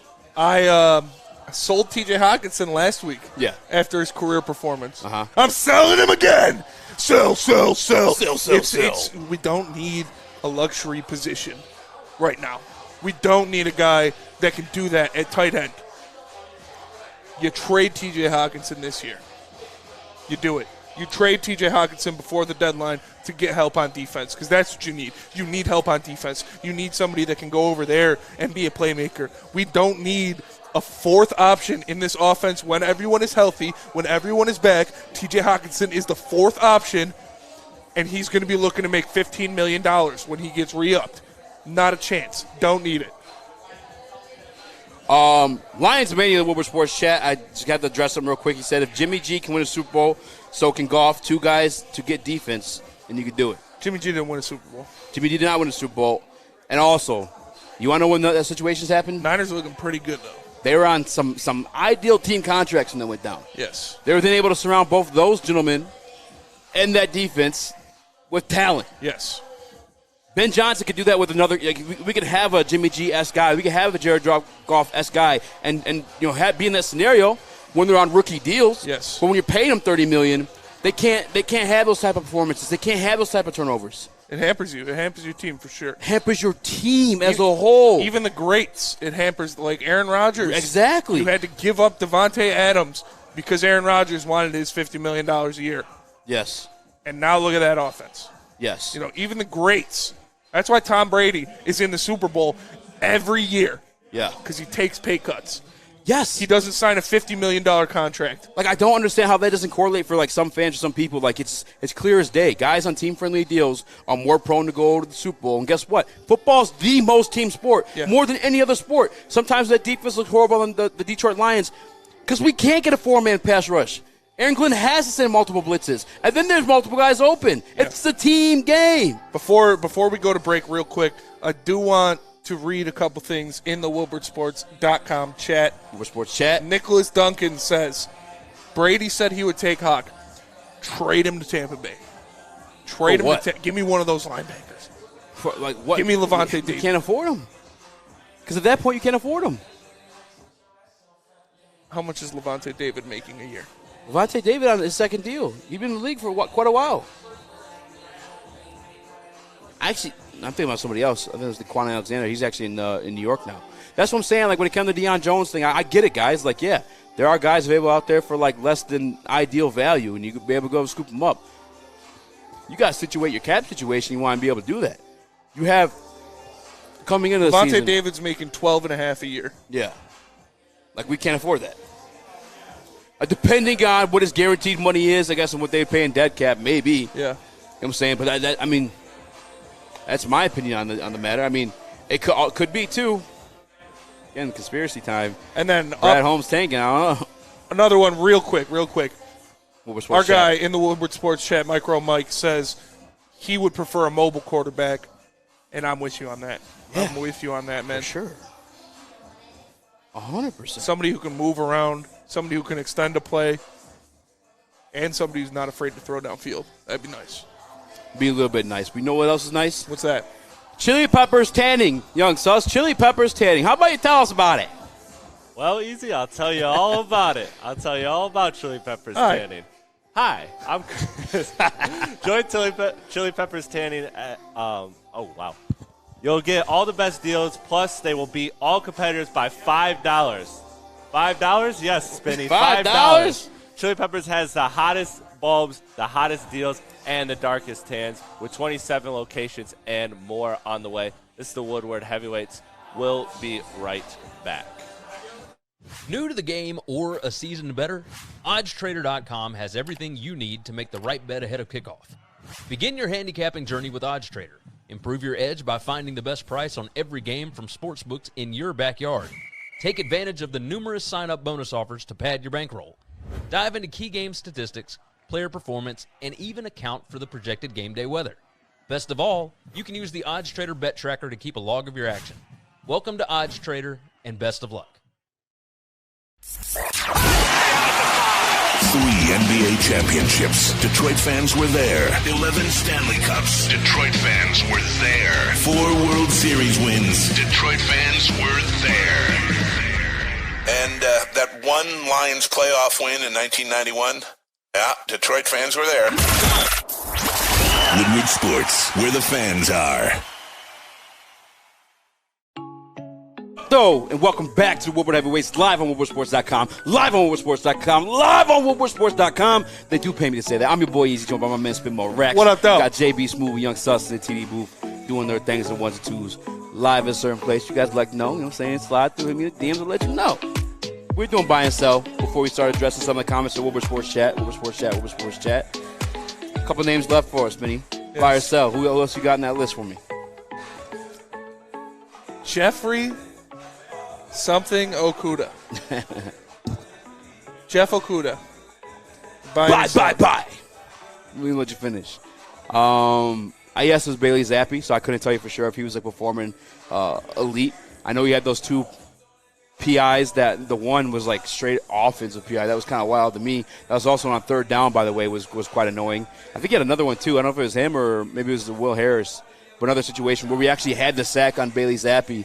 Isaiah Buggs got and they got turned around. But one of his PIs was completely horse crap. The one that was offensive. Yeah. Yeah.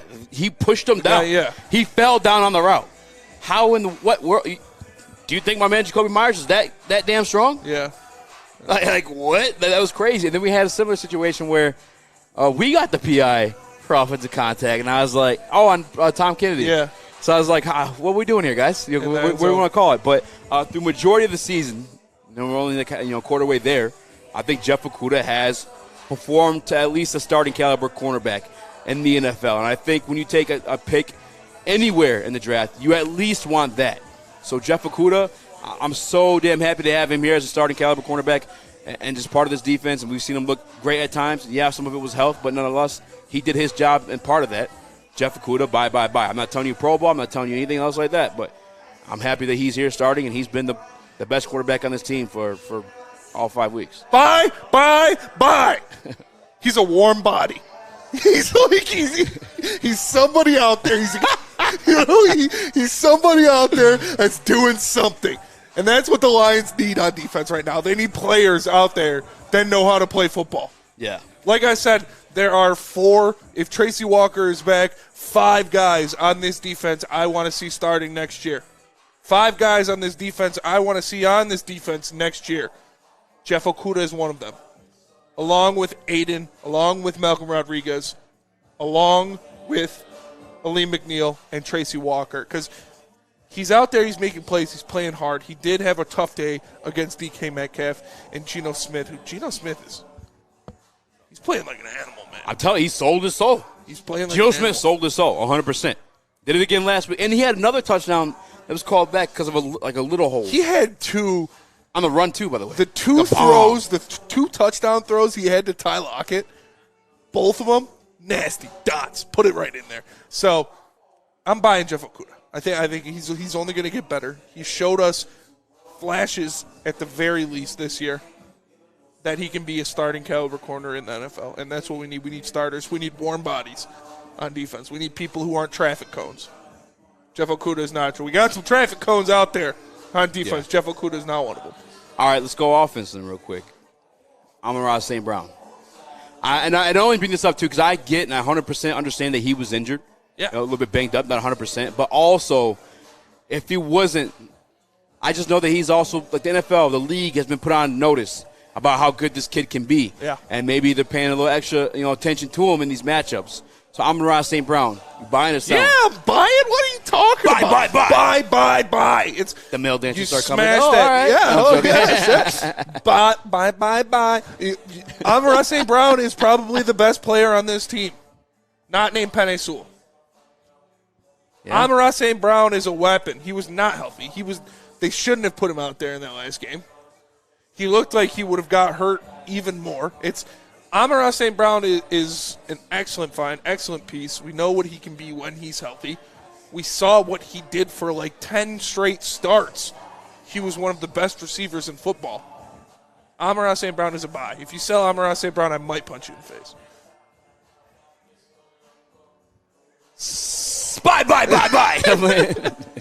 No, yeah, I'm kind of with you. I am curious, like, once he returns to full health, if he continues like that mediocre performance he had yesterday. But, yeah. He was injured, man. Injured. But the only reason why I even brought it up is, like, the league's on notice about him now. You know what I'm saying? Dude's breaking records and stuff like that. So maybe this is Amon-Ra St. Brown when he has, like, a little extra coverage on him. You know what I'm saying? Or maybe, like, the best coverage guy on him.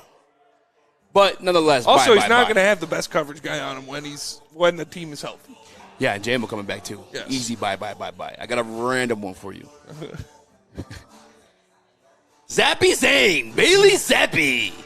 I'm selling Bailey Zappi. 17-21. Does the Hindenburg ring any bells? This is Matt Flynn 2.0 minus 400 yards. Bailey Zappi didn't do anything that was like, oh, my God, this guy Bailey Zappi. Bailey Zappi is the second coming of Kellen Moore. Bailey Zappi is a guy who threw the hell out of the ball in college. He comes in here, and like you said, Bill Belichick and the defense beat the Lions. Bailey Zappi did not beat the Lions. Sell. You couldn't sell. I would never buy Bailey Zappi stock. Never, ever. Ever? Never, ever. Ever. No, this guy's not Tom Brady. This guy's not, Drew Bledsoe is not breaking his legs so Bailey Zappi can go out there and play. Stop it. No, I asked it because I saw it in the Woodward Sports chat, and I apologize. Maybe it was Lions Media, but they're like, they could have been joking, but they're like, trade for Bailey Zappi? Sell. Yeah, what? Bailey Zappi, Matt Patricia. I want you to look at those performances. Give it a look, 17 for 21, 188 yards, 1 touchdown, 1 interception, 22 points. Take that. It's Bill Belichick. We've seen this before. We've seen it without Matt Patricia. We've seen it without Bailey Zappi. We've seen it with Matt Castle. We've seen the same situation with Jimmy G. Guess what ended up happening? Matt Castle mid. Jimmy G mid. You know what I'm saying? Jacoby Brissett. Brissett, kind of mid. He helped form Tom Brady, who was sixth round pick. Bill Belichick's the greatest head coach of all time. Don't buy this Bailey Zappi stock. Don't. I'm telling you. Look at the performance that Jimmy G had with those guys. And you're like, damn, this is a guy. Kyle Shanahan fell for it. Maybe Kyle Shanahan was like, I could win with this guy. But nonetheless, he buy. And then soon enough, he was selling. Yeah. You know what I'm saying? Like, and now he's back to buy. 100%. We just had a Patriots content creator on the show last week talking about Trey Flowers, Jamie Collins, Kyle Van Noy, like all these guys who performed well in New England that went into other scenarios and just overplayed. Because Bill Belichick utilizes every single. That's why they've never traditionally they never really overpaid for free agents because it's very much a put in place system. You know what I'm saying? Plug and play. Yeah, plug and play. Like I know you could do this. That's what this last guy did. All right, I see that in you. You could do that here. Bill Belichick's the GOAT. Don't buy into Bailey Zappi. Quit telling me that Matt Patricia beat Dan Campbell. It's Bill Belichick. Done. Sell. I mean, technically, Matt Patricia did beat Dan Campbell. No. Bill Belichick was the head coach. Aaron Dan Glenn. Campbell was the head coach. RSL, Aaron Glenn. Bye. I'm with you. I'm in the same situation I gave you guys last week. What does this guy have to work with? The 4 guys he's putting down on pass rush scenarios can't get pressure. Bailey Zappi yesterday, I think the only quarterback since 2017 outside of Jimmy Garoppolo who hadn't had a single pressure on him. And the ones that he did have pressure on would turn back due to penalties. Bye. He still held them to 22 points. I know it was Bailey Zappi. He's still a GOAT. AG, we saw him do this with certain scenarios last year. He dumbed down the defense like he said he would. And he held them to 22 points. You got to score. You got to score to win games. The point of the game is to score more points than the other team. Yeah. You scored 0 points. Uh-huh. And then you gave him 7. Again, 2 weeks in a row. Yeah. Jared Goff. Bye, AG. I'm still giving him time. And then we lost 5 defensive backs after already losing Tracy Walker and other guys too. Yeah. Monty set. Juju set. Give this guy some pieces, and I promise you're going to see something. Unfortunately, Aiden wasn't that piece. Not yet. Yeah, man, this is tough because, like you said, you are right, man. The defense wasn't the problem this week. They did dumb it down, but they still, 22 against Bailey Zappi, Matt Patricia, and Joe Judge. Still not good. Still not good. I don't have the confidence to say bye. I haven't seen anything that makes me say bye. So I'm going to have to sell, regrettably. You have situations last year. You have last weekend. What do you mean, no? Last weekend? What happened last weekend? Last weekend in terms of yesterday. Yeah, it's still, again, that's not anything for me to say bye about. It wasn't terrible. It wasn't his fault. It wasn't awful. But I'm not buying off of that. It was like a management type situation, same way Belichick does with, Zappi. I was buying that. I just want to see this guy with some pieces, man. Your 4 can't generate a rush. You're then putting on blitzes with inexperienced guys in your backfield. Things are going to get ugly for you. Chase Lucas was the one touchdown they had in offense was due to Bobby Price and Chase Lucas. Chase Lucas, a cornerback we drafted in the 7th round, playing safety due to the injuries, and then you had Bobby Price, who was a practice squad cornerback. All right, I got an off-the-wall one for you. All right, what's up? Last one before we go to break. All right. SOL, buy or sell? Ooh, damn. Yeah, look at him look back at me. That's a good one. Yeah. He knew he had heat with that one. That was a good one. Oh, not me. I look back. Yeah. All right, Sus. This is your thing. No, he doesn't even know SOL. No, you buy or sell it, Sus. He recommended it. He knows it. You buy or sell it. What did he recommend? I didn't recommend it. That was just thought of Spencer's it. genius. Yeah. Oh, then why are you looking? Why are you taking credit for it? I'm not. He didn't. What did you say? So you're looking back at me. Yeah, I look back at him. I smiled and nodded. Yeah, he's a genius. SOL Google fans, buy. They exist. They're not fans. They're SOL. turds. The regime is SOL. Is this SOL? Buy or sell? Sell. This is not SOL. Everything that we spoke of, everything that the national media spoken of, that we saw of Dan Campbell, Anthony Glenn, Ben Johnson, has proven to be true. I always do that. Gosh, dang it, man. Aaron Glenn. Nonetheless, it's all proven to be true. We saw Ben Johnson perform. We saw articles come out, and defensive coordinators come out, same way having a hard time preparing for this offense. Just Jared Goff is part of that offense. Bill Belichick didn't have a tough time preparing for that offense. He did not. And Jared Goff. And another thing, too, that offense that Goff and Ben Johnson made was tailored to his success in L.A. That success in L.A. matched up against Bill Belichick in a Super Bowl, and they scored 3 points.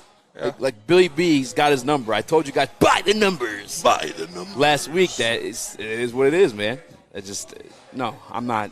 I still believe in these guys. I think Brad Holmes still finding guys late in the rounds.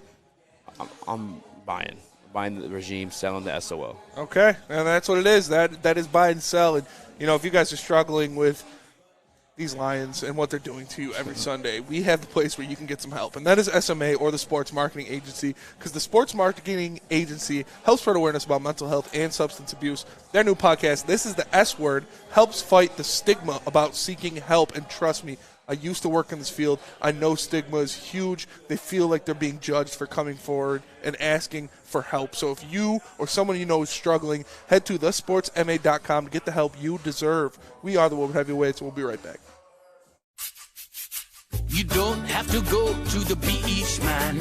You don't have to get your butt crack full of sand. You just need a little chili peppers, man, to get that glowing beach chili peppers tan. Woo! With 26 locations in the Metro Detroit area and more coming, Chili Peppers Tanning is where you'll find the cleanest salons in the D. Join the Pepper Club for the best deals on unlimited tanning. Head to chilipepperstanning.com. You just need a little chili peppers, man. We don't like to brag that we are the toughest sports network in Detroit, but we do have a guy named Darren McCarty on our side. Lemieux and McCarty, who've had a good knockdown drag up. There they go, right on the whistle. They were talking to one another. Woodward Sports.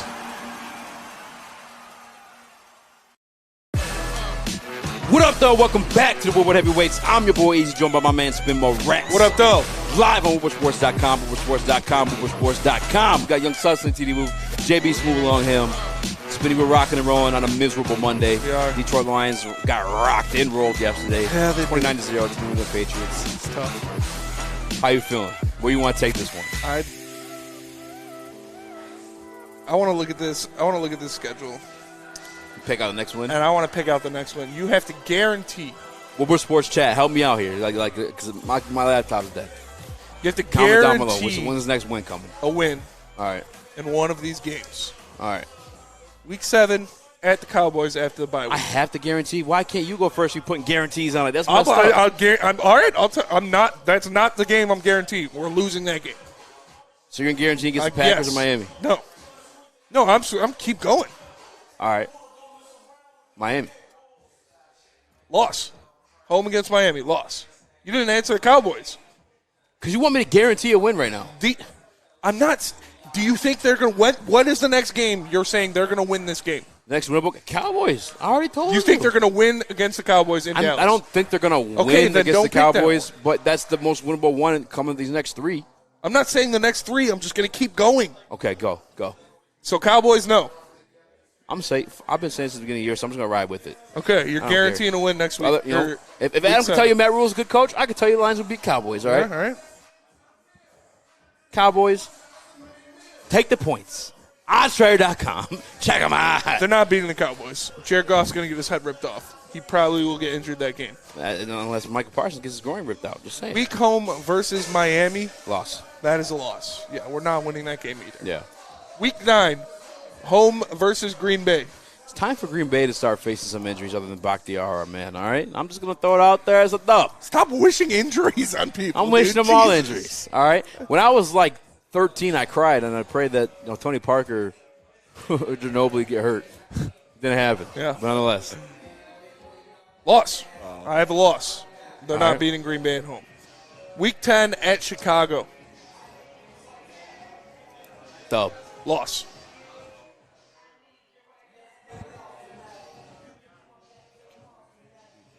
I need more than that, bud. This is one that I think they could win. But I have nothing inside of me that can guarantee Dan Campbell can go get a win on a road because I've never seen it before. I've never seen Dan Campbell beat a road team. It's an interesting place to say you have nothing inside of you. There's nothing inside of me that can tell me Dan Campbell can get a win on the road. Against the Bears? I think they will win. I think they will win. The Bears will win. No, I think the Lions will win, but I'm not going to guarantee it. Then what are we doing? I can't guarantee nothing. I can't foresee the future. Yeah, I can't guarantee a win either. I'm playing a guarantee game. You can't guarantee none of these wins with this team. Exactly. It's not looking good. We had guaranteed wins on the list before the season, did we not? You had teams. You said that's a lock. That's a win. Multiple of those, and now there's not one team that I look at, and I'm like, that's a lock. The Lions will win that game, except maybe at home versus the Bears. At home versus the Bears, I guarantee you win there. I think they'll win on the road versus the Bears, but the Bears have won more games than we have. They have better players on defense than we do. Hopefully Roquan Smith is traded by that game. Hopefully Roquan Smith isn't on the Bears roster by week 10. Woodward Sports Chat, I need y'all to help me out with this one, man. I got to see what you guys are saying in terms of Lions. I get you on the road in Chicago. Our strength is our run game. So whether it's a poopy field, we should be able to, still put the ball on the ground. Loss. Guaranteed loss or just like? No, I can't guarantee a win. Yeah. I think they will win, though. Like I said, I think they will win. But that's the point, is I have no faith in this team anymore to where I can be like, that is a win. I guarantee it. Because right now, we are the second worst team in the NFL. If we played Houston every week, I'd guarantee a win. Unless we had to go to Houston. Then I couldn't. But, man, it's... He's had some moments, too. Yeah, they beat Jacksonville. Yeah. We got to play Jacksonville. We're not beating Jacksonville.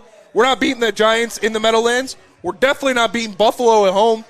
If the Giants This lost, Lions team will be lucky to get to 4 wins this season. I don't know about that. Lucky to get to 4 wins this season.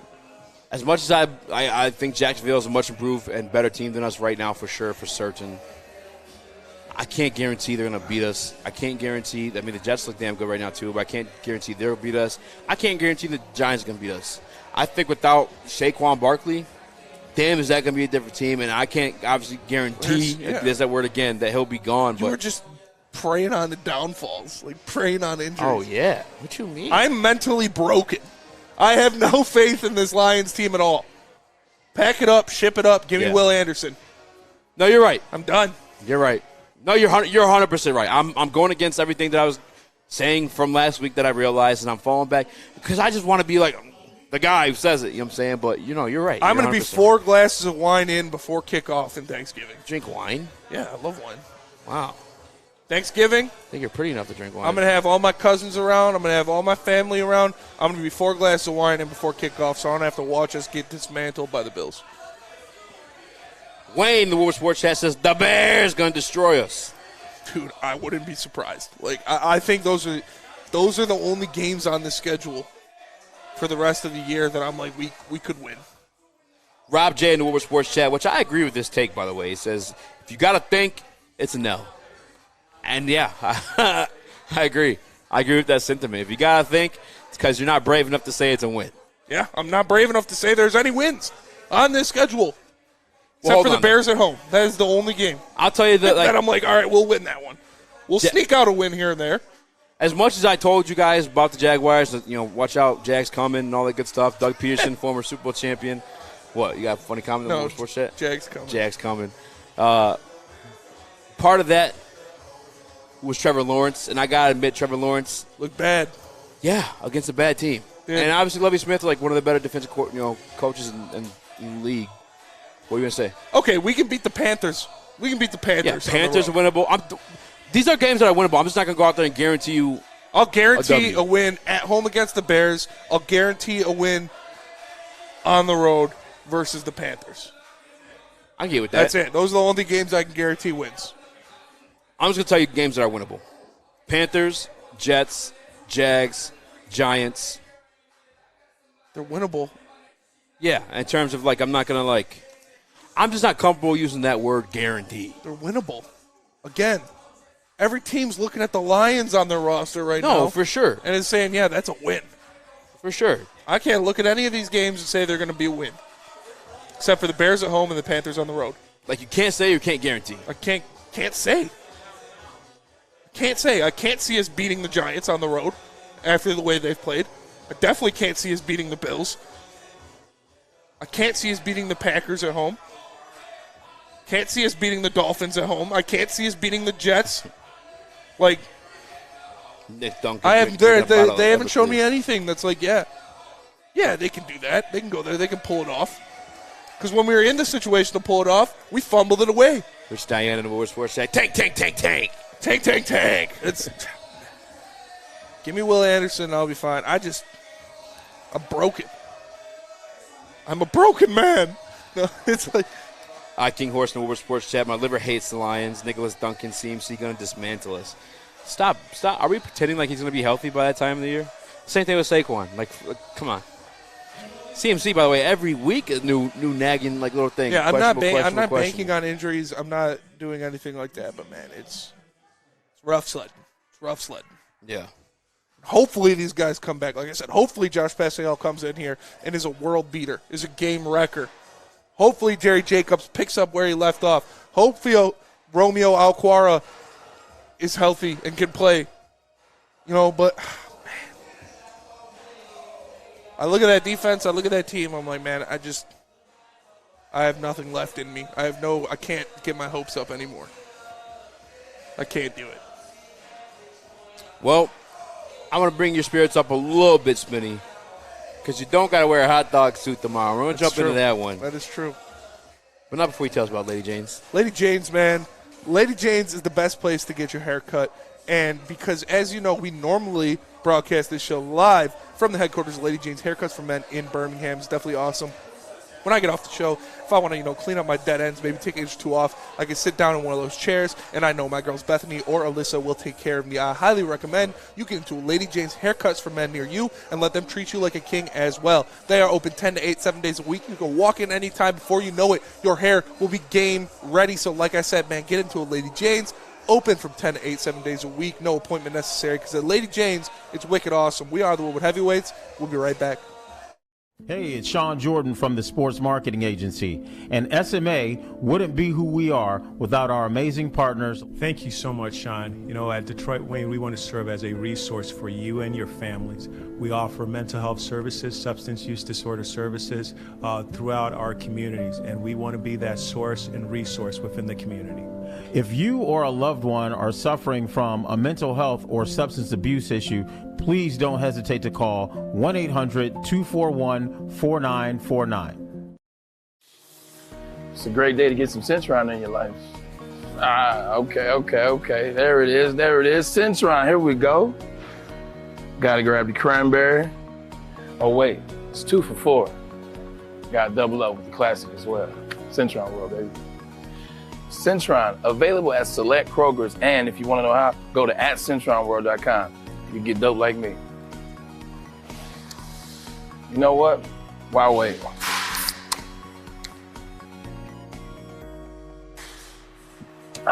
Great taste, guaranteed.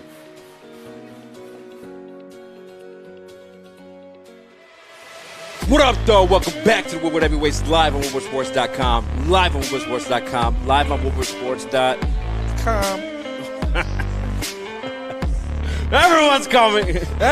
This guy's coming. Everyone's coming. I'm your boy Eazy, joined by my man Smith Rex. We got JB Smooth, Young Sus in the TD booth. And speaking of the two, both JB Smooth and Young Sus. Yeah. If you guys follow us Monday through Friday. On Fridays, we do the NFL Pick'ems. Loser heading into Monday Night Football has to wear the hot dog suit come Tuesday. Yes. This week it's come down to Young Sus. I was calling it a banana suit in the chat today. Or a banana? Oh, on the yeah. In our group chat, I just realized I kept calling it a banana suit. Yeah, weird stuff on your mind. It's also that there, on the sheet, too, on the prep sheet. Yeah, banana suit. Is it? Yeah. Yeah, what the hell? That's all right. I call Aaron Glenn Anthony Lynn every single week. That's true. That was going to be my question. I was like, did we get a new suit? No, What's going on? I don't know. I totally. It's me and JB. Look, it's me and JB. It's got to be one of the two of us. Sorry, JB, but it's got to be you. I got Patrick Mahomes. I got Patrick Mahomes. He's got Derek Carr. Yeah. I like my chances. I like your odds too, Sus. Yeah, it's. But let me give JB a chance to talk because I've been talking. So go ahead. Go ahead. Talk. Plead your case, JB. Yeah, JB. Because you're up against it, but I took the same team as you. I know. Hopefully, Devontae Adams can pull something out. I just don't want another embarrassment for the Raiders once again. I mean, they got their win last week. They at least need to build off something. And what's more better than just to beat Patrick Mahomes and the Chiefs? So, come on, Devontae, please. I need you in this one. It's kind of crazy because JB's had, the best picks. I'm saying since we started this thing. Yeah. I feel like JB's been, the smoothest. And this week he just – dropped the ball. Dropped the ball. Yeah. It's also crazy. I don't even want to say this. I feel like I'm going to jinx myself a little bit here. But, neither you or I have been in the hot dog suit. We have not. I came close. Yeah. I came very close. Yeah, came close last week. Yeah. Monday Night Football again came down to it. That's why I said we got to throw Monday night in because it's Niners, the final. Yeah, the Niners pulled out for me. Yeah. Pause. But, yeah, I was excited. But, yeah, it's we're in the clear today. We're cooling. We both picked Baltimore and B-more. Yeah. That's what gave us barely the clear. won that one, too, though. Listen, guys, just know. I wanted to pick the Giants, too. You did? I should have just. You did want to pick the Giants. And I wanted to pick Tennessee last week, dude. I should just stay with my gut. You guys have to know, though. With each week, that suit, each week that Flannel Sam has it, that suit gets more and more bloody. That's collecting true. bodies. That's true. Sam, Collecting bodies. the legend serial The killer. legend murderer, Flannel Sam. Yeah, there you go, legend murderer. It's tough. Nah, I picked the Raiders in this one too. Like personally, I had last Friday, but I didn't know KC was at home. So you picked it out of spite too. Yeah, because I was like, put it in. Yeah. Pause, but no. Hey yo. But I was like, because I wanted putting the Monday night on the pick'em is like. Yeah, because I said nobody was going to pick the Raiders. Yeah. And that's why I didn't put it in there. Here come me and JB. Yeah. Picking the Raiders. Taking But that's the thing, though, is like Chiefs are winning the Super Bowl. I feel like when certain matchups, like if it's the Bears or like there's matchups with like questionable coaching and a bad team, Lions. Then you know what I'm saying. Then like you don't always go against the other team for sure. But like in reality, football, probably the only other sport behind UFC, MMA, where it's like anything can kind of happen. You know what I'm saying? Yeah. Like any given Sunday type. Oh yeah, stuff. anything can happen for sure. But I don't know. The Chiefs just look so good this year. Their offensive line is insane.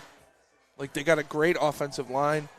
They obviously still have Patrick Mahomes. It doesn't even look like they lost Tyreek Hill. Patrick Mahomes has the best QBR in the NFL. Like the guy's going out there, he is playing like an MVP. Yeah. And their defense ain't half bad either. So the reason Chris why Jones is pretty good. Who? Chris Jones. Yeah, for sure. I love Chris Jones. I love me some Chris Jones. But Chandler Jones on the other side. Then you throw in Crosby along with that. Yeah. And I'm not telling you they're a good team.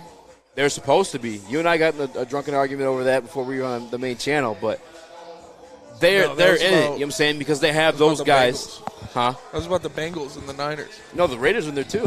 So we're talking about the NFC versus AFC. Yeah. And I was like, they got to prove it.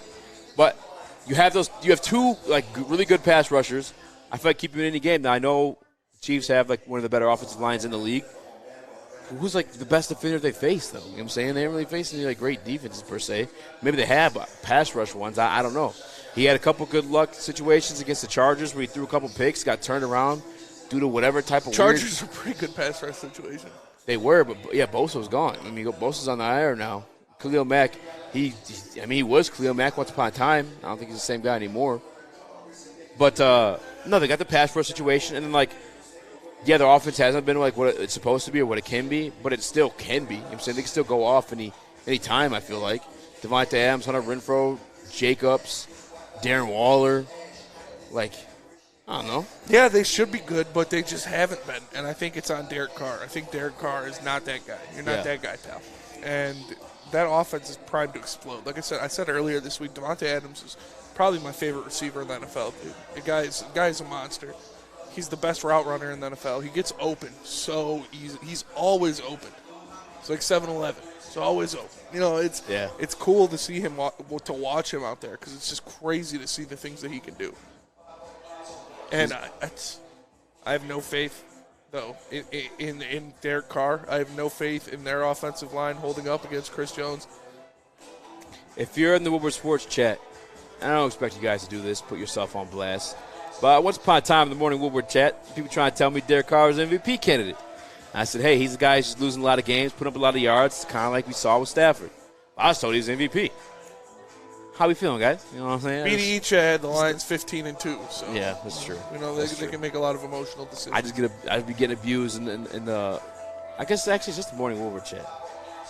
But it's because Adam's sick of mommy. Oh, for sure. But in the long run, bulletproof, boy. Yeah, told you about Matt Rule. Guess I told who's still you here? about Derek Carr. But we're not here anymore because it's time to wrap up the show. We appreciate you guys for tapping in on WoodwardSports.com, getting in that Woodward Sports chat, telling us how you feel about what we're saying. You know, we're kind of numb to the Lions now, so hopefully we'll be just happier at the rest of the year. But that'll do it for us. You guys know where to find us Monday through Friday, 5 to 7 on WoodwardSports.com. For the man to my left, the one, the only, Speak Eazy. Young Sauce, a.k.a. Chris Platty, and JB Smooth hold it down in the booths. I am Comment Spencer down who Raxter. thinks we're in the hot dog suit tomorrow. We are the Woodward Heavyweights, and we'll catch you guys tomorrow. Peace. Ade Bill.